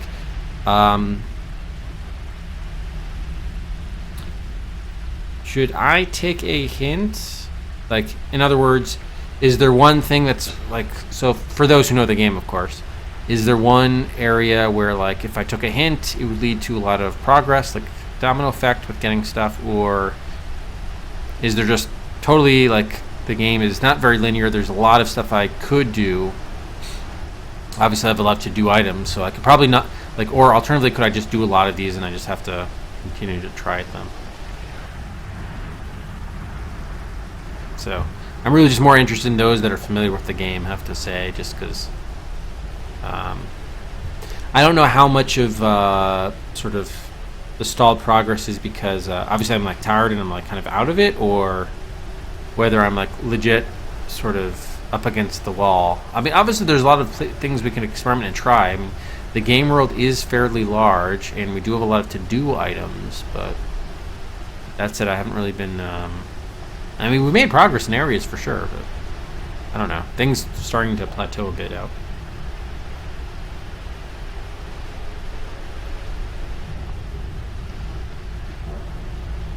I guess I was in the sitting room to try to make some progress with the thing on the wall. The portrait. A couple important things to do, but only one that progresses the day. I thought the notion was that we didn't want to necessarily progress. If by progress the day, do you mean get to day 3? I thought we wanted to.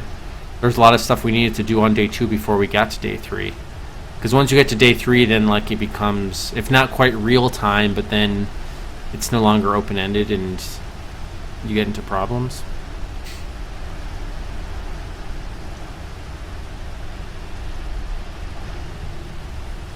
So it sounds like the consensus is that we should take a hint here, which just feels bad because we have so many items and so many things to do, and we know so much. It seems like I should have been able to make some other connections by now. Probably I don't need to have some of this stuff here. Trying to think the end space and end rays was kind of whatever. Oh, resume the timer here. S. Max Greer is interesting. Was he a patient? No, he couldn't be a patient.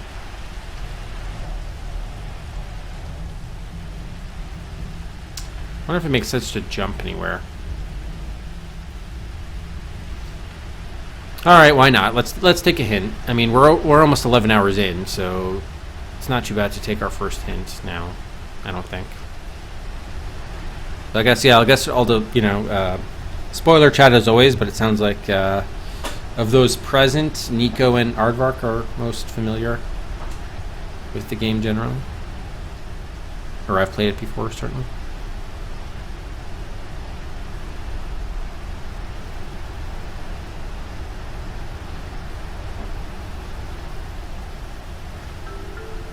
Oh, huh. Good timing, too. So slots are open. Anyone wants to buy anything?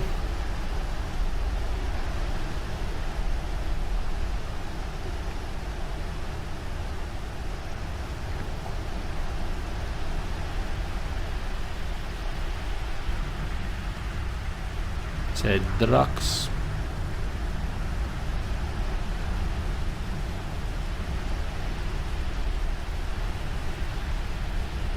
I haven't searched the house completely. Oh. I think I tried searching the luggage, but yeah, maybe you're right. Alright, thank you, Aardvark. So we'll look to do that after the buys. Miria, 1 for Chin.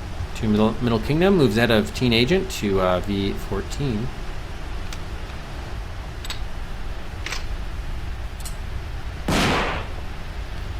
Gun for Matt for Zach McCracken, the Bovine Cowbenders.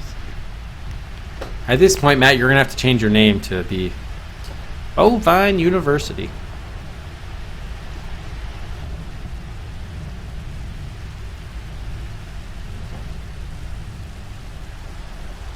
All right, last call for buys.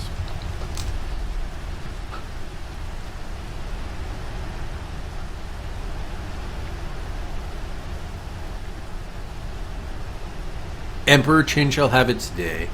Or his day, yes, indeed.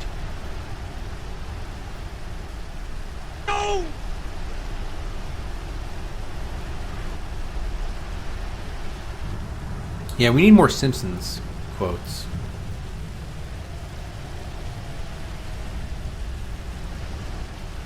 Alright, let's close the bus. Ah, really, Matt? No. Please, no.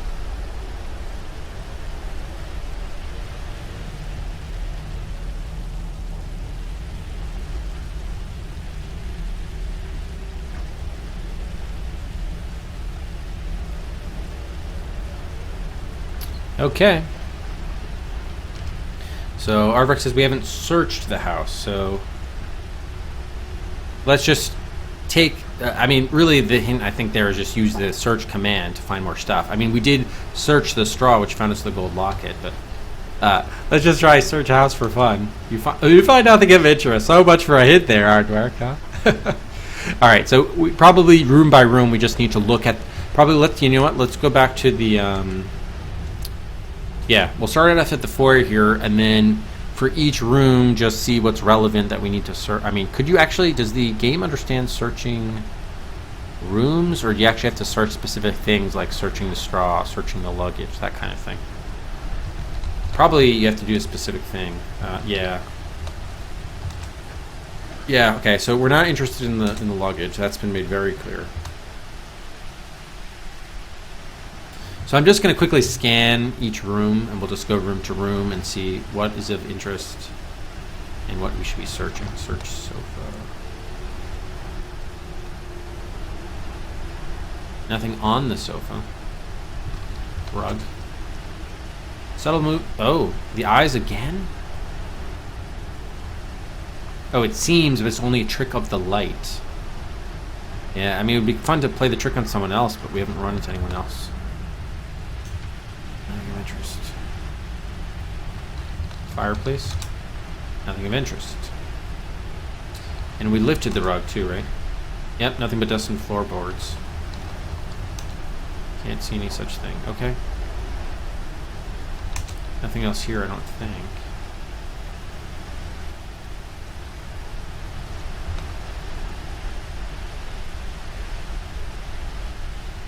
No, nothing special at your feet. Alright, the gallery. Nothing. Back hall, there's really just nothing here. I mean, we can search it anyway. Alright, cabinets. Cabinet's empty. Oh, there's a kitchen counter? Ordinary looking kitchen counter. Huh. No, but there's nothing there. Alright. Is there a refrigerator or what?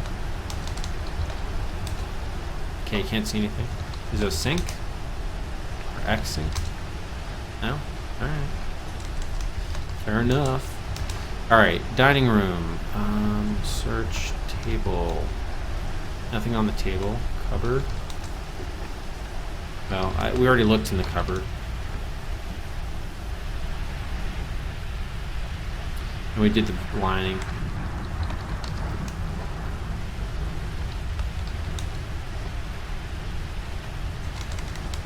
That's where we got, I think, the journal it was. Yeah, nothing of interest. Alright. Look. Table. I think we did that before. We can't open the windows. Alright, so that was more or less the first floor. I guess we can go to the pantry. Turn flashlight on. Search shelves. Nothing on them. Okay, cellar. Search wiring. Cabinet.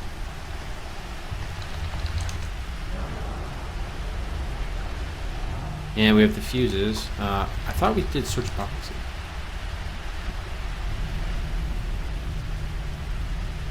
Wait, what? You spend some time poking dispiritedly through the boxes of secondhand table settings, discarded shoes, and outdated encyclopedias. The only thing you manage to dig up is an old cardboard box full of newspaper clippings, which might make interesting reader later if you can find the time. The only thing at all noteworthy about the room, in fact, is that it desperately wants cleaning. There's even a big nasty looking spiderweb in a corner behind one of the crates. Well, I tried to read the clippings before, I think.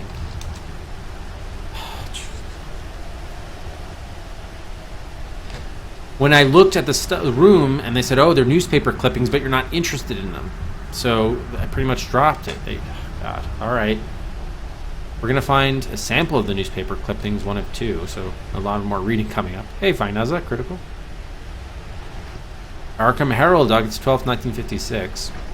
Church closed, preacher suspect in communist crackdown. The Church of Celestial Wisdom in Anchorhead, Massachusetts was shut down and its congregation disbanded yesterday after its pastor... Oh, we finally got a name. This was 1956. So I wonder... we have the Reverend Mordecai Verlach, age 70. Good. So he was undoubtedly born before Anna, and this could be the evil guy. Mordecai Verlach. So if he was 70 in 1956, so he was born, what, 1886? Roughly? We'll get his specific details later. Yes, exactly, Nico. That's exactly what happened to me. Damn it.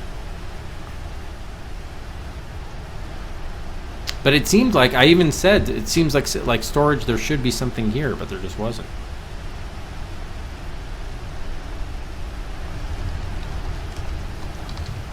Like, why have an empty room with storage if there's nothing of interest there, you know? Actually, I guess we can put this to the right side. Was accused of distributing communist propaganda to his parishioners. Authorities in Arkham were informed by an anonymous call 2 days earlier. The caller told us that the Reverend was preaching... Oh, this was one of the paintings, I think. Preacher forced to read the book. The caller told us that the Reverend was preaching not from the good book, but from a terrible book, and that he had been warning them about some kind of invasion or great event that would be happening soon, said Sergeant Biedermeier of the Arkham Police Department. Okay, that's just a name I want to file away. Probably doesn't mean anything, but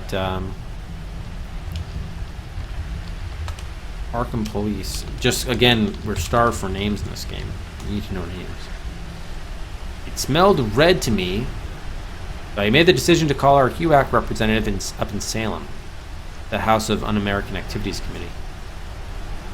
It was anti-communist, yeah. The raid commenced shortly after morning services began at 8 a.m. in order to confiscate printed material and catch any possible accomplices before they could hide or destroy evidence. No officers who participated in the raid were available for comment, although one man coming out of the building afterwards was allegedly overheard saying that it was the worst thing he'd ever seen. How? The Church of Celestial Wisdom was founded in 1860 by Reverend Verlach's grandfather, the notorious orator and painter Elijah Verlach. Okay, so we're starting to piece together the line now. When we get the birth and death dates of these guys, we'll really made some good progress there. So Elijah Verlach was the grandfather, so... Okay. Oh, he was a painter too, huh? Actually, might as well just put this. Orator, painter, and he was a reverend. The building, which is considered by many to be a historical landmark, something? This was the church. Oh, this is probably the church that was in that churchyard, right? That we were trying to break into the cellar of? Yeah, exactly, man. Really annoying. Alright, printed notice. Mimeographed page dated February 10th, 1959. Any information regarding the whereabouts of Daryl Beasley, age 9, should be reported immediately to the Anchorhead police. Daryl was last seen by his mother after she dropped him off at the Route 20 bus stop just north of Old Milltown Road at 8:30 a.m. 3 days ago. He was not there when the bus made its scheduled stop at 8:36 a.m. Wow, so just within 6 minutes. Okay, let's another name here. Daryl Beasley, kidnapped, age 9, in 1959. Daryl is 4 foot 10 inches tall, of slight build, with brown hair and brown eyes. At the time of his disappearance, he was wearing brown corduroy pants, blue sneakers, and a white short-sleeved button-down shirt. If you have seen Daryl Beasley or you know anything about his disappearance, please call 555-4362. All right, I'm going to write down that number just because we do have a telephone in the realtor's office if we ever get that. All right, London Times, March 3rd, 1918. Painting sells for £1,000, sight unseen. The infamous mystic Aleister Crowley. Oh, now we're getting all sorts of names. Alistair? I'm used to the name British name Alistair, but not with that spelling, so maybe it's Aleister. Aleister, maybe? Purchased a painting at an auction at Sotheby's for £1,000 sterling on Monday without so much as glancing at it. The painting, entitled The Legacy, is by the late American Elijah Verlac and was sold along with numerous other pieces by a representative of the Verlac estate. Crowley reportedly strode into the auction room wearing full ceremonial robes and immediately bid £1,000, well over twice the going bid. He ordered it wrapped and transported immediately to his home. It is not known whether Crowley had ever seen the painting before arriving at this auction. "I've never seen anything like it," said Sir Walton Radcliffe, Esquire, presiding auctioneer for the Verlac exhibit, "but I suppose one might expect such behavior from a person who calls himself the Great Beast." Mr. Crowley? What?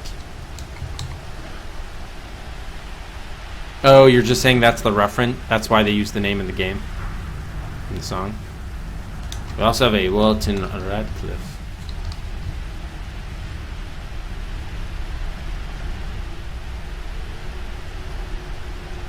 Mordecai Verlac, alleged grandson and executor of the Verlac estate, was not present at the auction. Crowley had stated that he has never met Mordecai Verlac and has no desire to. "I encountered Verlac in a former life," he is reported as saying, "and I would not do so again for all the kingdoms in Hades. He has gone where I dare not." So this guy's the the Great Beast, and then he bought the Legend painting by, who is it by? Elijah? Auctioneer, probably not important. Walton Radcliffe. Wait, Aleister Crowley is a oh, okay, it's a real person that I've never heard of. You learn something new every day.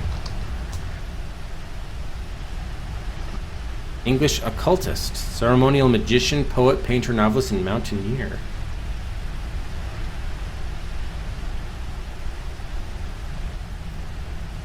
Huh. Yeah, never heard of him. I'll have to look up him later. Elijah Verlac is known by art historians more for his grotesque something. Alright, crumpled flyer.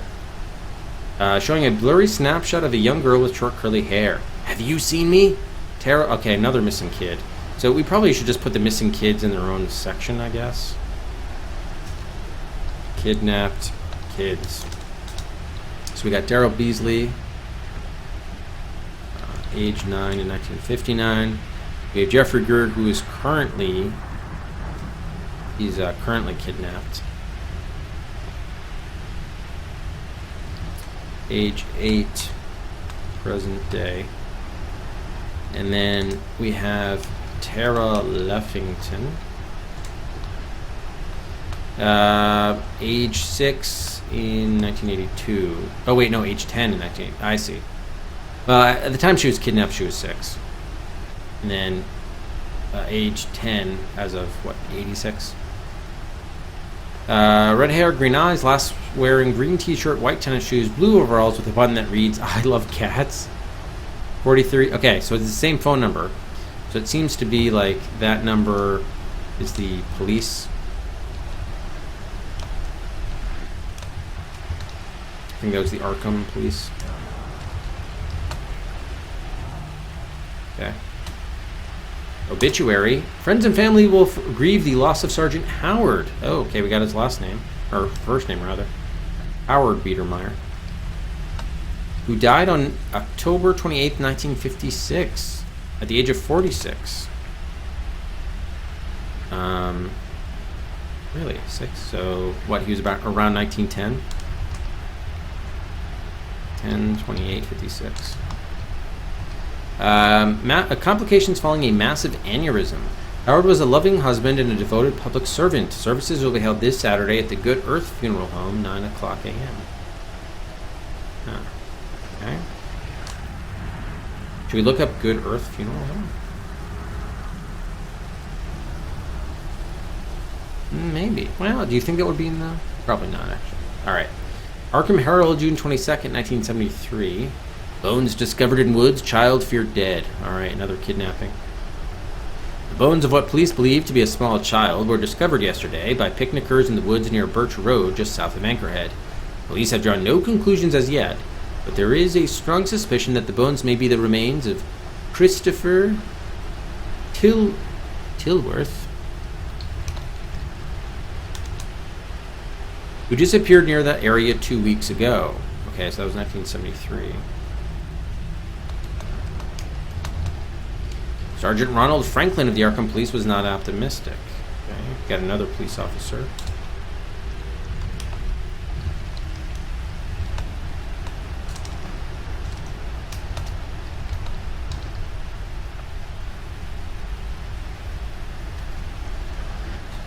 We have contacted the boy's mother, and we are trying to prepare here for the worst, he said.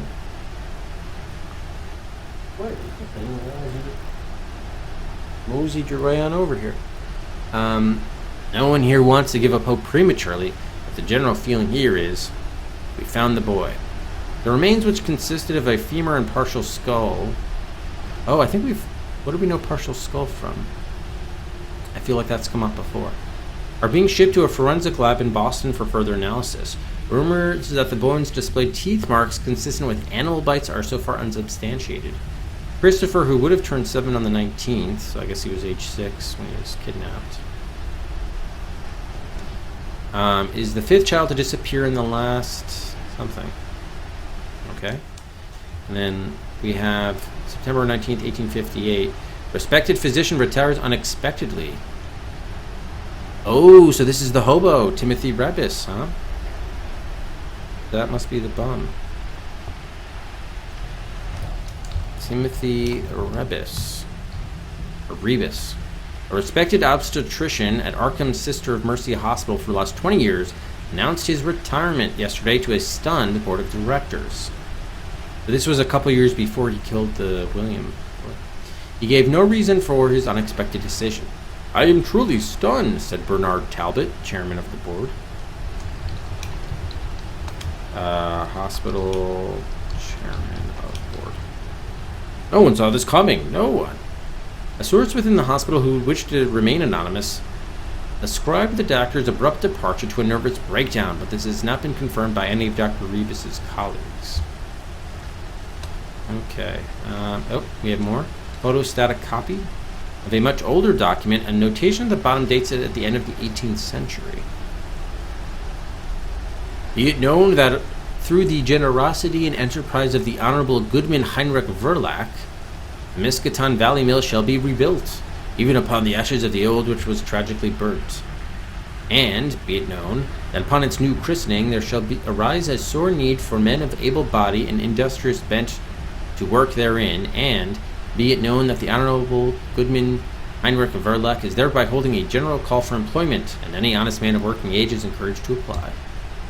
Yeah, okay, that doesn't really tell us too much new. Alright, 1935, anthropologist turned away in property dispute.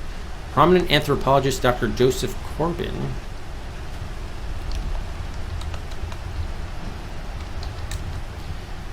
repeated attempts to secure permission to set up an archaeological dig in nearby Anchorhead came to an end yesterday when he lost a suit against the Reverend Mordecai Verlack.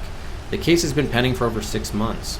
The Reverend Verlack has strongly disputed Corbin's right to dig in the area, contending that the land in question belongs to the ancestral Verlack estate and is therefore his private property. Last week, Reverend Verlack's lawyers presented conclusive evidence of prior ownership, and the judge quickly ruled in his favor. Dr. Corbin, who is a protege and close personal friend of the noted folklorist Dr. J. Arnsworth Fraser, who we've seen before, he wrote that book. He was the Superstitions book author, I think.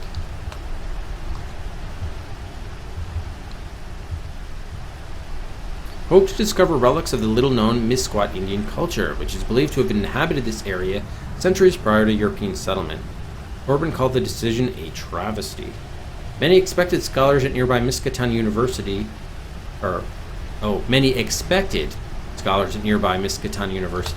to rally behind Corbin's battle, but most of the faculty have been strangely silent on the issue. Alright, 1988, Arkham Herald. Conflagration claims paper mill, again. Arkham firefighters worked late into the night yesterday, battling a blaze that brought Anchorhead's historic paper mill to the ground despite their best efforts. The mill, which provides jobs for roughly 2/3 of the town's population, caught fire yesterday around 4 p.m. Although there have been rumors of an explosion, the exact cause of the fire remains unknown. Yes, we have another police officer. Fire inspector, excuse me. Donald Brown remains puzzled. There's evidence of chemical burns that are inconsistent with the materials used in paper manufacture, he told reporters. There's metal fused with metal in there. It's all messed up. Interestingly, this is not the first time the Anchorhead mill has been burned.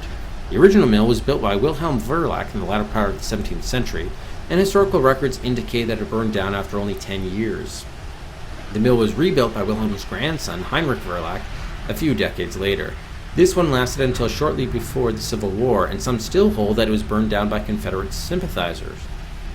The current mill was rebuilt in 1922 by Heinrich's great-great-grandson, Reverend Mordecai Verlack. Mordecai, in addition to being a fiery preacher and outspoken prohibitionist, was quite wealthy and owned numerous and widespread investments. At the age of 70, this controversial figure was accused of something.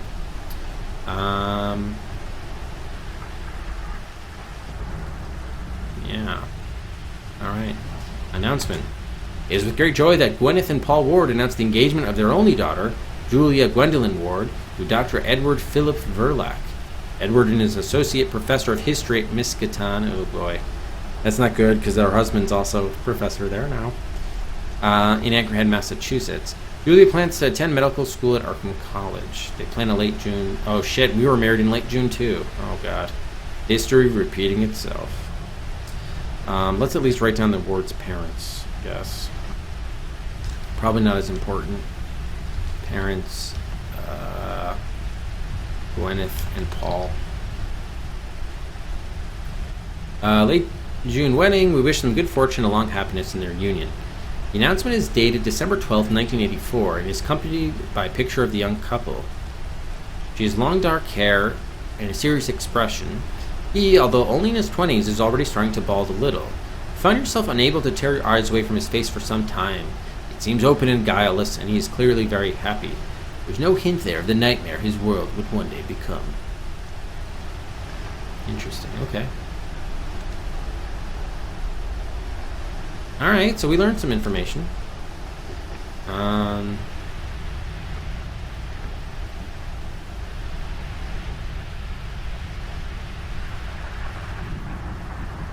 Protagonist name? I don't think we know, actually. We know we're a woman and that we're married to Michael. Do we know what our name is? I can't remember. It's a great question. If we were told the name, I don't remember what it is. Yeah, it's not known. Okay. Alright, so nasty looking spiderweb fills one dark corner like some sort of sticky fibrous mold. Not a pretty symmetrical spiral web like you see in some nature magazines. This is a tangled, ugly mess of dull gray thread spun in every direction. The work of some careless inebriated arachnid on a weekend binger. Way back in the corner, almost buried beneath the disheveled strands, is an old-fashioned iron key. Wow. Alright, take that key. You gingerly stick your hand into the tangled spiderweb, and something light and skittery crawls around your skin and bites you. Oh shit. Quickly you jerk back, compulsively wiping your hand on your pants.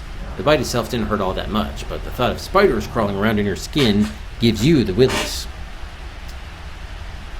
I'm guessing we didn't get the iron key. It's an old key, the kind with a round barrel, right? I'm guessing we didn't take it. So this is like a puzzle to get it. Once bitten, twice shy. Whatever lives in that mess is better left off alone.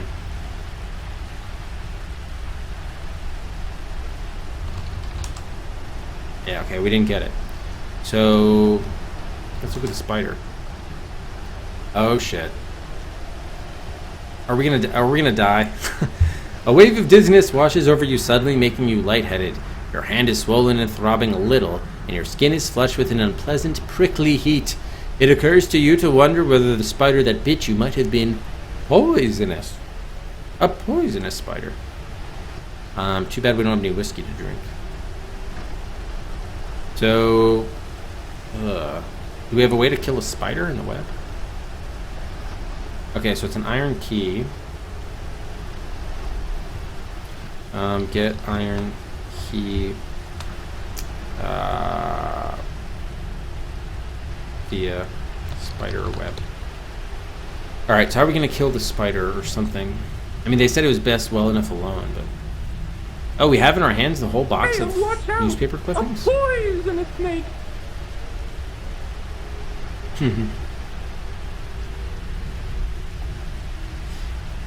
We could pour some coffee on him. Oh, broom! We could sweep it up with a broom. Sweep web with broom. With a single sweep of the broom, you clear the spider web away. Well, that's good, but the problem is the dizziness hits you again, and you sway as little blackened blots bloom in your vision. Your hand is really hurting now, and you feel short of breath. All right, well, I guess we'll take the death. When was our last?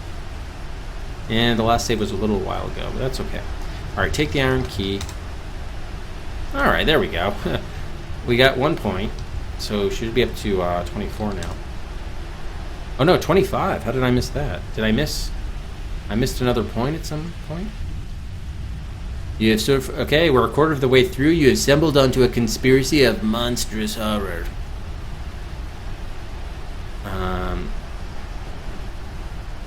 Yeah, we got 1 point. I see the attic key. I don't think I added. That was what happened. We got a point for getting the attic key.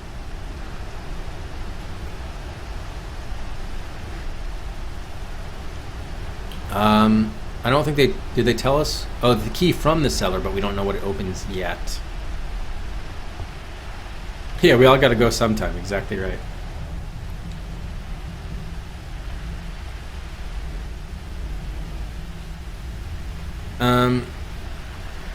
You are burning up. You can barely see through the waves of blackness washing across your vision.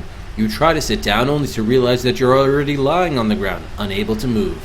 In a disconnected, feverish haze, you vaguely wonder if Michael will find you in time to call the hospital. And that is your last thought before the feeling leaves your limbs and your lungs stop working entirely.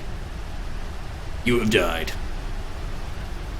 Oh, we can undo? Well, undo the last move is not going to help us live. Previous turn and done. I mean, we still have the... Yeah. No, okay, we got another death. Yeah, so undying. That was the move. Alright, so that was 2 more deaths. Oh boy. Alright, so we need to restore. Let's go back to the attic. Alright, so we need to go down, down, west, north, northwest, turn on, or turn flashlight on. Go down, south, search boxes. Search clippings. I mean, I don't think we have to physically read this stuff. But do we have the clippings? Take clippings. You don't have anywhere better to keep them, really. They'll just get blown around and lost if you take them out. Oh, so we have the box. Cardboard box. It's an old gray shoebox, ragged around the edges with the lid missing.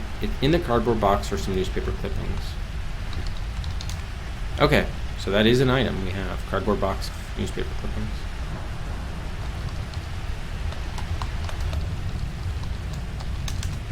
Alright, and now let's sweep web with broom.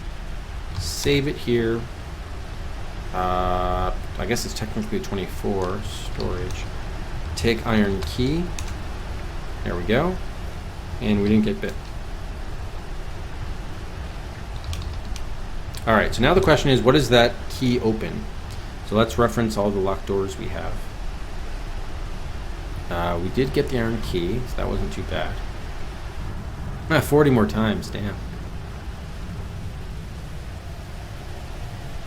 Oh yeah, oh yeah, with the poisonous spiders in Australia.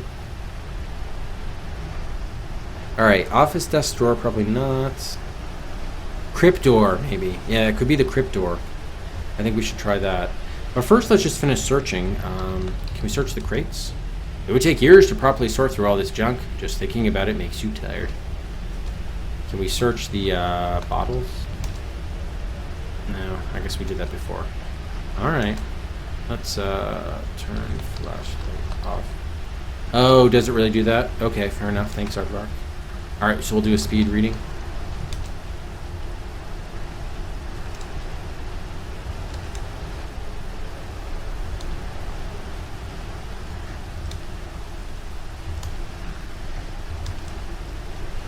We have plenty. By the way, the next thing we need to do is go back to the bomb and ask him about Rebus. We also need to get birth and death dates about Mordecai and Elijah. Okay. Thank you, Aardvark. Now we need to go back beyond the house. Oh. What? A sudden gust of wind catches up the newspaper clippings and whirls them away, leaving you with an empty box. Good God damn it. Alright, let's undo that. Save here. Kitchen. I guess drop the cardboard box. Because we do want to still refer to those.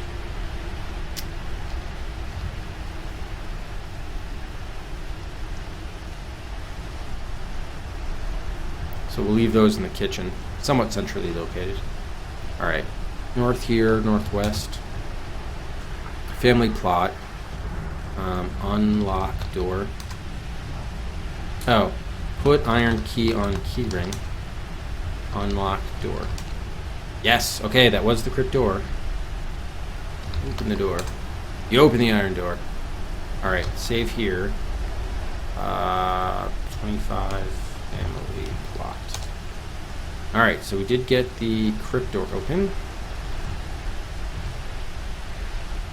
And let's go inside. The undergrowth is to... Oh, which direction are we going in then? Okay, so there's actually north into the crypt.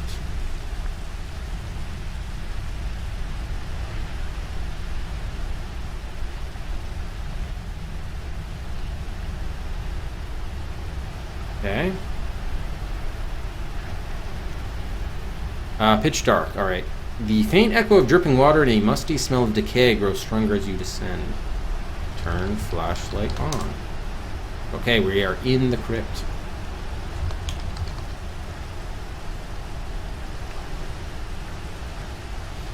The air is clammy and frigid. The stone walls damp and streaked with mud and lichen.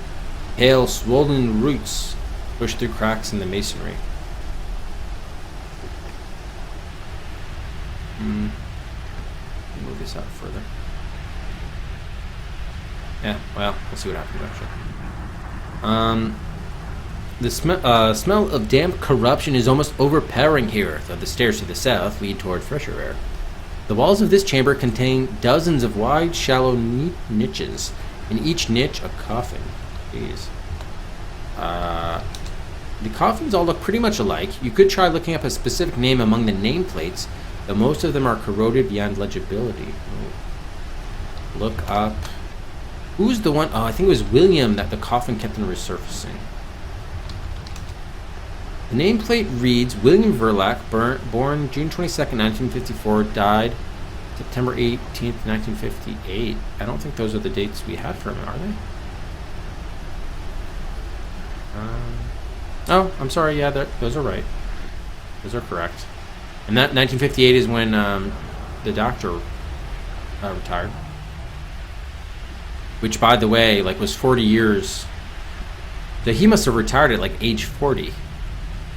Thereabouts. Because he's old now, but it's 40 years later. And he's still alive. So he couldn't have been that old when he retired.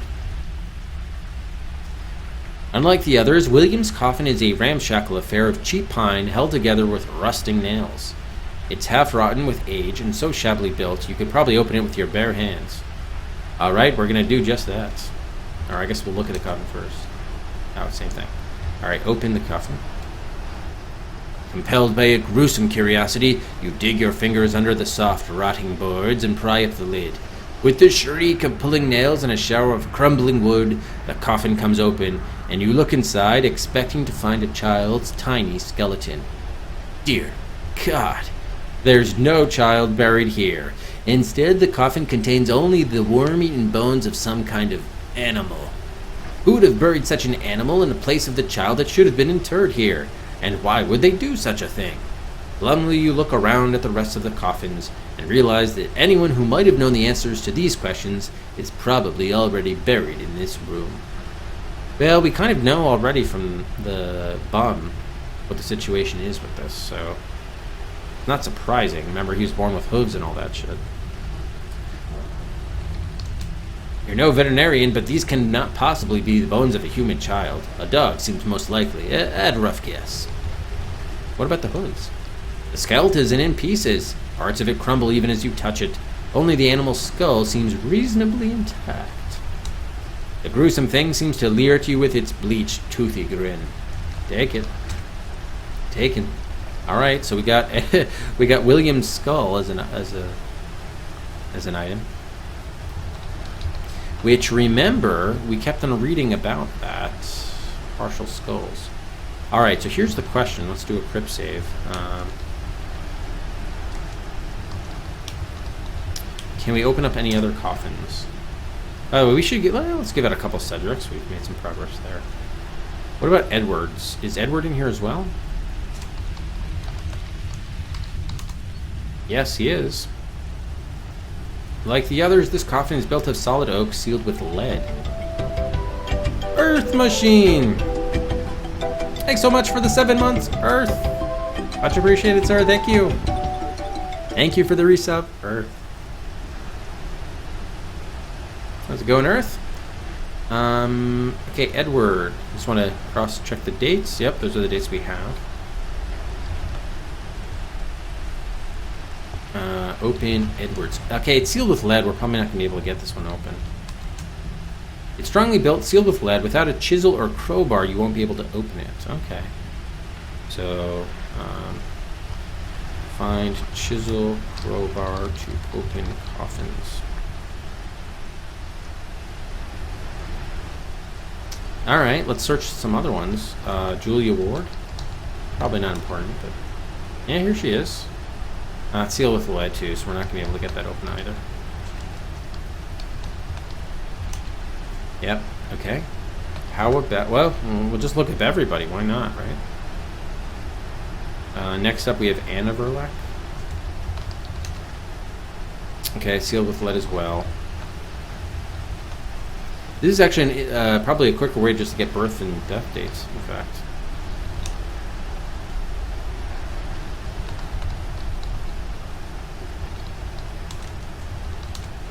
You can't find that name anywhere, but then again, it may just be too corroded for you to read. Oh, too bad. Same thing with Lodge. Okay, so it probably doesn't go earlier than these people.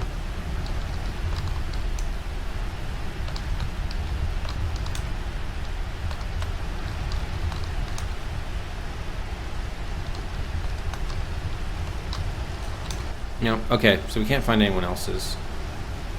Fair enough. Drunk ass correct. Oops. We got some masonry.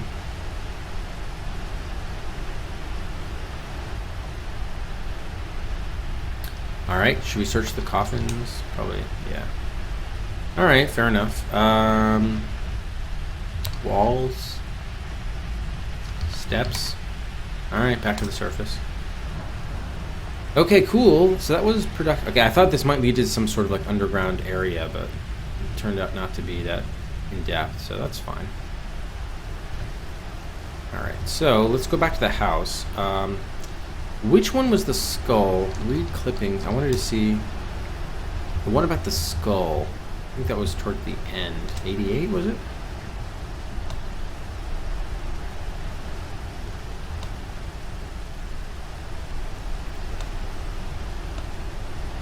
No. He must... He was an anthropologist. Didn't they find some skull or something?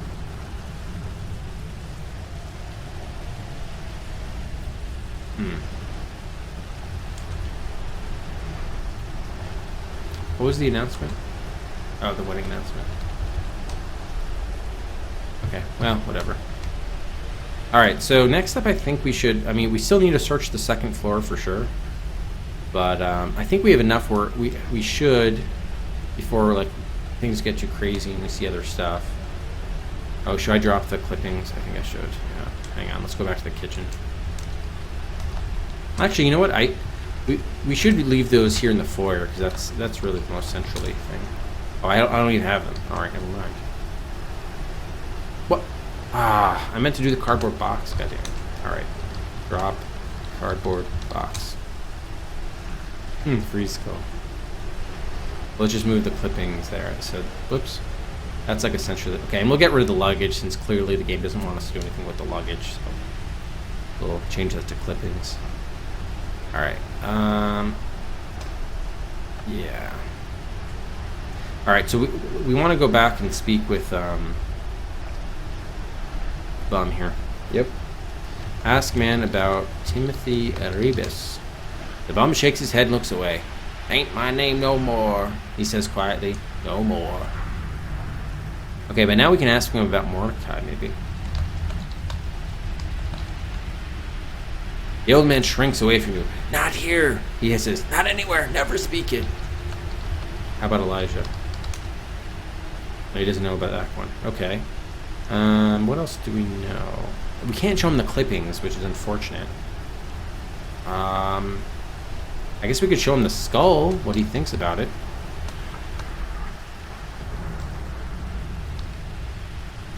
The old man starts visibly when you show him the skull. What about it? He mutters. I don't know what you're talking about, so I don't, says the old man. But it's plain he's hiding something. He tries to crawl away, but is plainly too weak and settles instead for rolling over on the mattress to face the other direction. You're speaking gibberish, go away. Well, fuck, come on, man.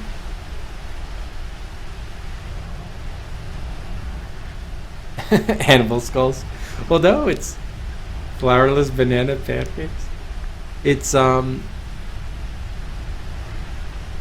William. That's the animal preacher kid. Something. Oh, by the way, I should update our key ring here. We have the cellar key, we have the attic key, and the crypt key. Hopefully the next key we get is the one to the underground key, but I still can't.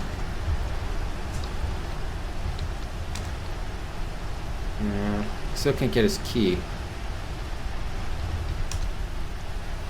Shit. He doesn't care. Oh, we can give it to him. The old man grows sickly pale. He raises one hand as if to ward off the sight of the skull. Deny the truth one more time. Then his hand drops and he sinks down onto the mattress, groaning. Oh, it's true, he cries. It's true. God help my lying soul. It was her father who wished to kill the thing. Yeah, okay, so her diary. That's why I couldn't reconcile between what she said in her diary. She didn't want it to die. The father did. Not Anna. Kill it to make it way for another, he said. A more fitting vessel. I see. Okay, so that makes sense.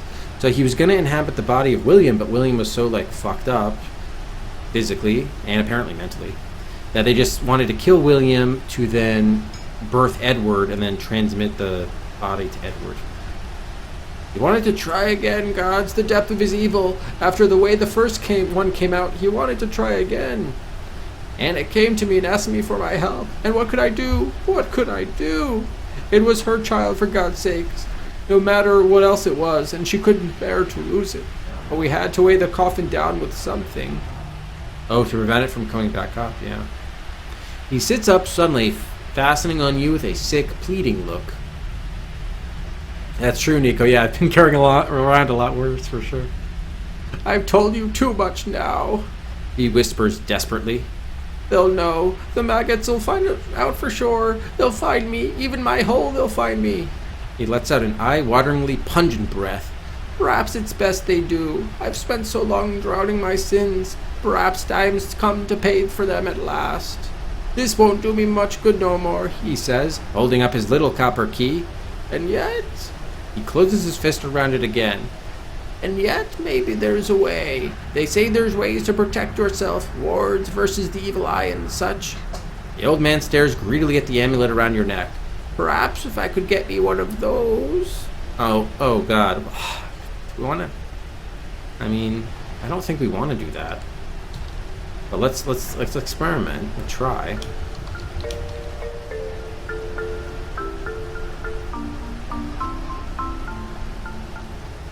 Huh. I can't imagine this is good, but let's just try it.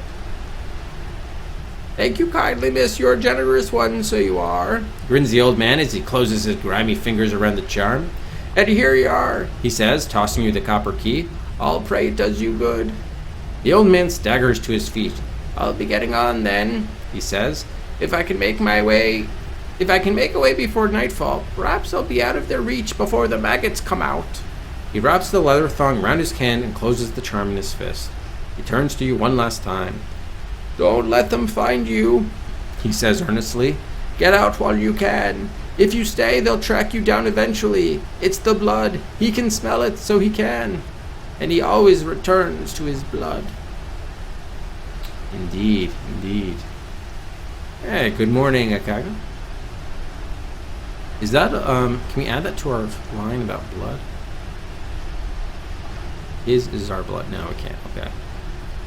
So he smells the blood, huh? How are we going to refer to this thing? We'll just call it... I'm just going to call it Cthulhu in light of anything else. I don't know what to call this thing. Or we could just... You know what? Let's call it Cretius, since that was the original as far as we know.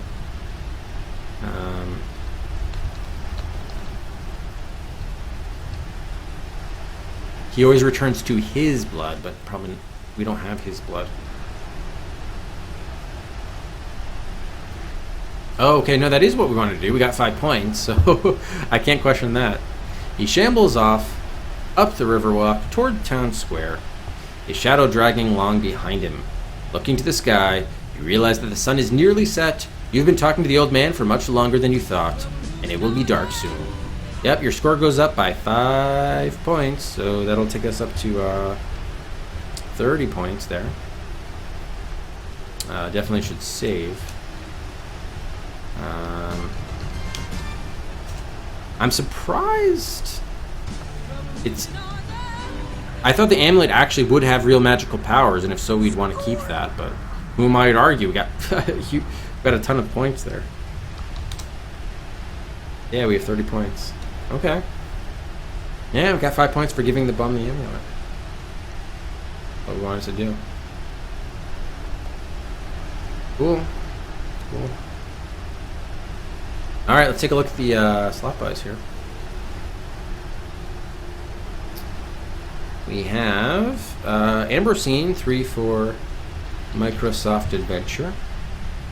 Who's Head of the Shivers, and 2 Poisonous Kings.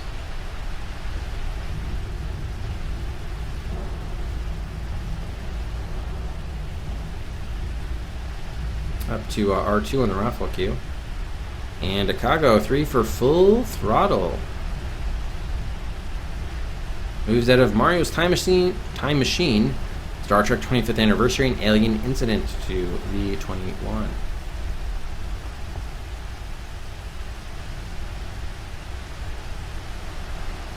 Oh yeah, how many? Yeah, you had quite a bit there.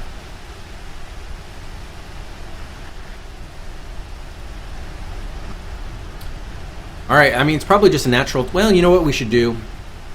It probably is the end of day 2. I mean, that's what the game seems to signify. But, I mean, we know that day 3 is like the tricky, time-sensitive one. I mean, the good news is we'll have saves, so it's not going to matter too much either way. But I guess, yeah, it says day 2 evening already. I guess we should try to go back and then... sleep and see what happens. Michael still hasn't shown up. Yeah, actually, you know what? Before we sleep, let's quickly go look up these birth and death dates of the other people. because that would be really helpful to know. Or maybe it's closed since it's evening. Let's see. Yeah, damn it, the courthouse is closed for the day. Fuck. All right, too bad. Well, you know what we could do? Is it worth it? Nah, probably not. Whatever. So let's go back to the house. You call out to let Michael know you're home, but no one answers. The house is still hushed, and eerie prickling walks up your back like centipede legs. Michael isn't here, you realize. The house is empty. You are alone. I guess I remember we have to close the front door. Lock front door. A thought occurs to you. What if Michael comes back and can't get in the house? You'd better leave it unlocked for him. Alright, fair enough. That's unlocked at the moment. Okay. So, should we just go to bed or should we try to do something? Probably should just go to bed. Unless... I guess we wanted to search the rest of the house, but whatever. Let's just... We can always restore. It's not a big deal. Yeah, let's just go upstairs. Into the bedroom. Do we get another point for taking a bath? Remove coat. Remove clothes. Take bath. Grateful for the opportunity to relax, you leave your things on the bathroom floor, draw a hot bath. The water at least is running, even if nothing else in the house is, and soak. The tension of this strange day melts gently from your body. After 30 minutes or so, you begin to feel normal again. After 45, you begin to think you might be able to adjust to this place after all. By then, the water has begun to cool off, however, so you drain it and quietly dry yourself off. All in all, you feel enormously better. Alright, so let's just go east and, I don't know, enter bed. Gratefully, you crawl into bed and pull all the covers up to your chin. Sleep. Something is nagging at you, preventing you from sleeping. Suddenly, you've left the back door unlocked. Oh, alright, stand. Wear clothes. Wear coat. East, south, down, west, north. No, north. No, close door. Close back door. Lock back door? I don't have the correct key for that. Well, that's too bad. How did I guess it was unlocked to begin with? Yes. Drop coat. Remove coat. Remove clothes. Enter bed. Sleep. So we can't... We're not going to be able to sleep unless we lock the back door? And we don't have the right key for that? Oh my god, really? Alright, so we need... I thought the house key was the right key for that, no? Alright, we need the back door. Which is by the kitchen. So really, we're not going to be able to end day 2 unless we get that key, huh? That's kind of stupid. I mean, would something happen to us if we didn't?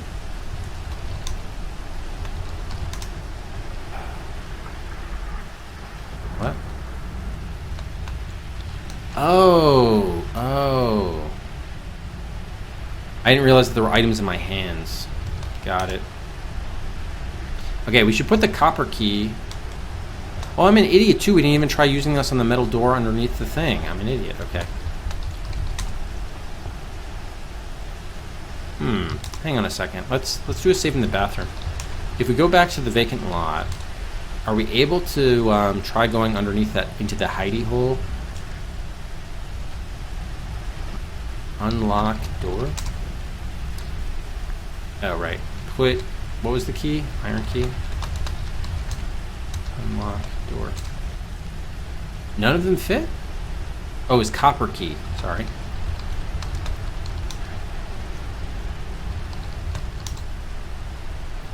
You unlock the small metal door. Open the door. Yeah, in fact, before we go...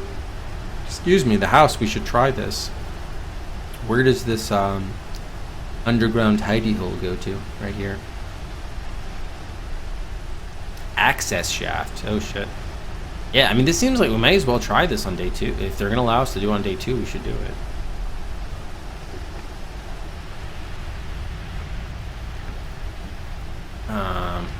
access shaft. This tiny concrete-lined alcove within the underside of the bridge forms the top of a vertical shaft leading down into darkness. Iron rungs embedded in the wall provide a way down. In the north wall is a small metal door. So this just goes down, I suppose. Well, they said it did. Sewer tunnel. Into the sewers.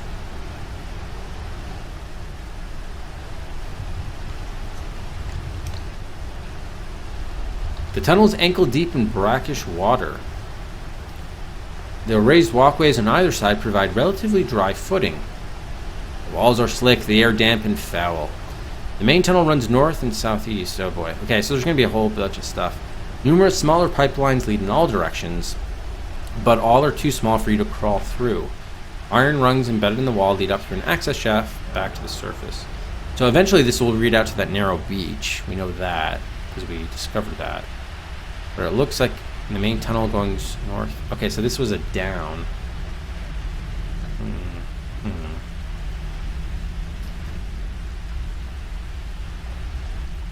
But eventually we're going to have a north as well. Wondering whether we can like relocate this so we have some room here. This map is getting a bit crowded. Yeah, it's probably best if we drag this an area where we have some more room. To a map. They said southeast and north, right? Oh, that's southwest. This can be north. So let's try southeast. Vaulted tunnel? I probably should have looked at something. Anyway, we probably should be doing this tomorrow, but... Or, actually, I'm not going to be able to stream tomorrow. I guess the next stream's Saturday? Afternoonish? The walls of this long rectangular chamber are made of crumbling brick, not concrete. Most likely it was built at some earlier period than the rest of the tunnels. The ceiling is lost in darkness above you, but from the sounds of the echoes it must be pretty high. Water flowing in from the northwestern tunnel is pooled in a depression sunk into the limestone floor, becoming quite deep near the far end. Interesting. The sewer water has filled a depression in the limestone floor. It's probably 5 to 6 deep up at the far end. Interesting. Can we try going in? Enter water? You must be joking? I mean, not really. Find nothing of interest. Can we continue going, or?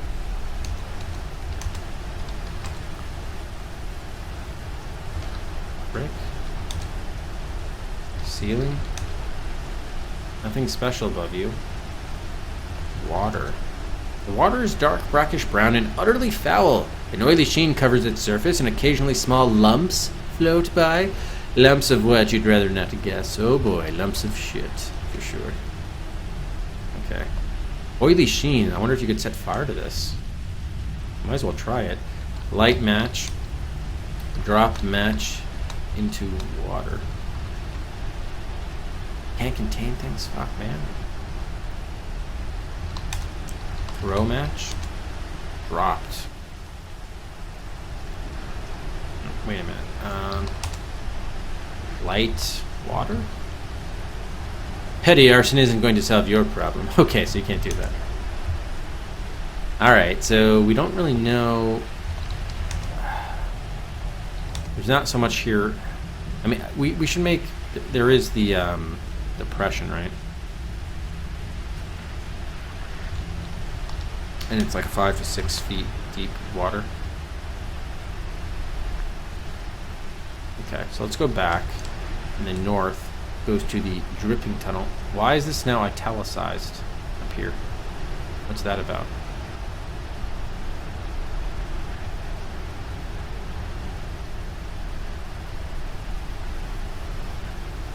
Dripping tunnel. Ceiling in this north to south tunnel is so low, you must bend nearly double to navigate it. Water drips endlessly through the walls and ceiling, seeping in through thousands of invisible fissures, the constant flip, flip, flipping echoing loudly throughout the tunnel. The air is so damp you can hardly breathe. Unless your sense of direction is mistaken, you must be crossing the Miskatun River underneath it. Ooh. Ooh. Oh, lovely. By the way, we did find that key, so that part is done. That to-do item. And now we're down to, and we know we have the house key, so that'll be fine for the back door. So we're down to 4 missing keys. Technically, actually, we can say 5. I don't think we need the churchyard key, but church cellar. We probably need to break the padlock, but have we any of the new items that we have? Are there any heavy ones that can break that padlock, by the way? Where's our stuff? Skull? Yeah, probably not. We don't have the amulet anymore, so I guess we should remove that. Okay. Okay, so it's the same water. Nothing special. Fissures. Tunnel.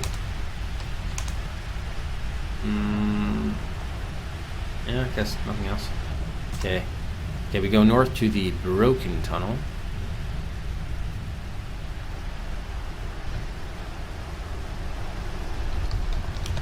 This looks to be an older part of the sewer system that has fallen into disrepair. Many of the pipes have crumbled and are filled with debris. Set in the low ceiling is an old iron hatch. Oh, interesting. Okay. The pipes are broken and jagged, filled with debris and thick slime. Okay. Look in pipes. You find only broken debris. Move the debris. Alright. Hatch. It's a rectangle of corroded metal, just over a foot long on each side. There are hinges along one edge of this side. If you could get your fingers under the opposite edge, you could probably pry it open. Fart on the match, yes. So, open hatch. You dig your fingers under the edge and tug, but the hinges are rusted nearly solid. You can't make it budge.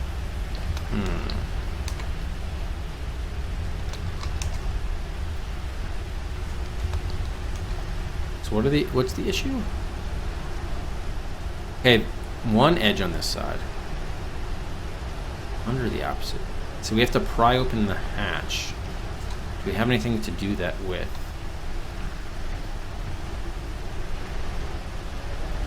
A broom, perhaps? Pry open hatch with broom. Yeah, we still need, again, that, like, crowbar or something like that.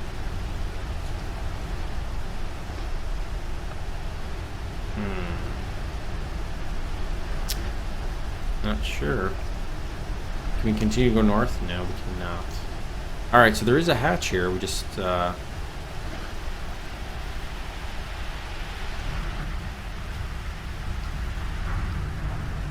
gotta find a way to open it up.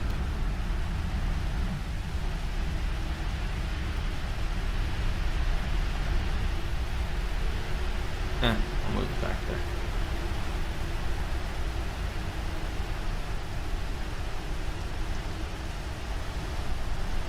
I wonder if you don't...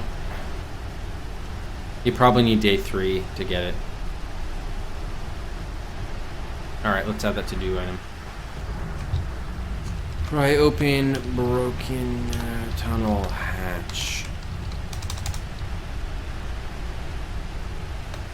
Okay, it doesn't even know hatch. So, open hatch. Broom. That's something you can unlock. Well, I didn't think it was.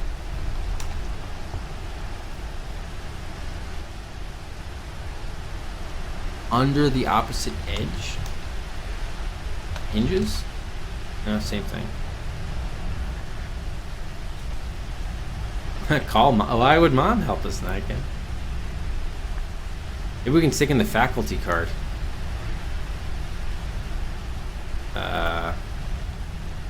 Insert card in edge. No. Put card. Oh, letter opener. Open hatch with letter opener? That's something you can unlock. Well, it doesn't know pry, right? Yeah. Use letter opener with hatch. How do we do this? Under. Put letter opener under the hatch? I mean, it already is. Mom loves us? I don't think our mom is alive in this game. Unfortunately. I don't know. I'm having a hard time visualizing this. On this side. Right. In other words, shouldn't it open from... There should be like... It should open from the top, not from the bottom, is what I'm kind of getting. It doesn't know pry, even though it says you could probably pry it open. Force hatch open. Alright, we'll have to do this later, I guess. I don't know what the game's expecting there.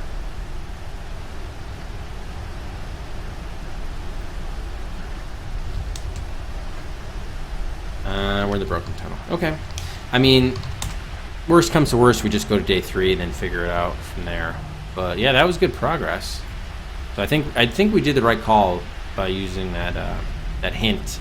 Unfortunately, like I don't feel that bad knowing what the hint. Well, I'm more frustrated at the game for the very misleading text, which basically told you, hey, yeah, just completely disregard these newspaper clippings, when in fact that's exactly what we needed to do to make progress. So that's kind of on the game. I don't feel bad. I mean, I guess Nico was kind of in the same boat there as well when he played the game. So that is what it is. We will keep the good times going here. Host up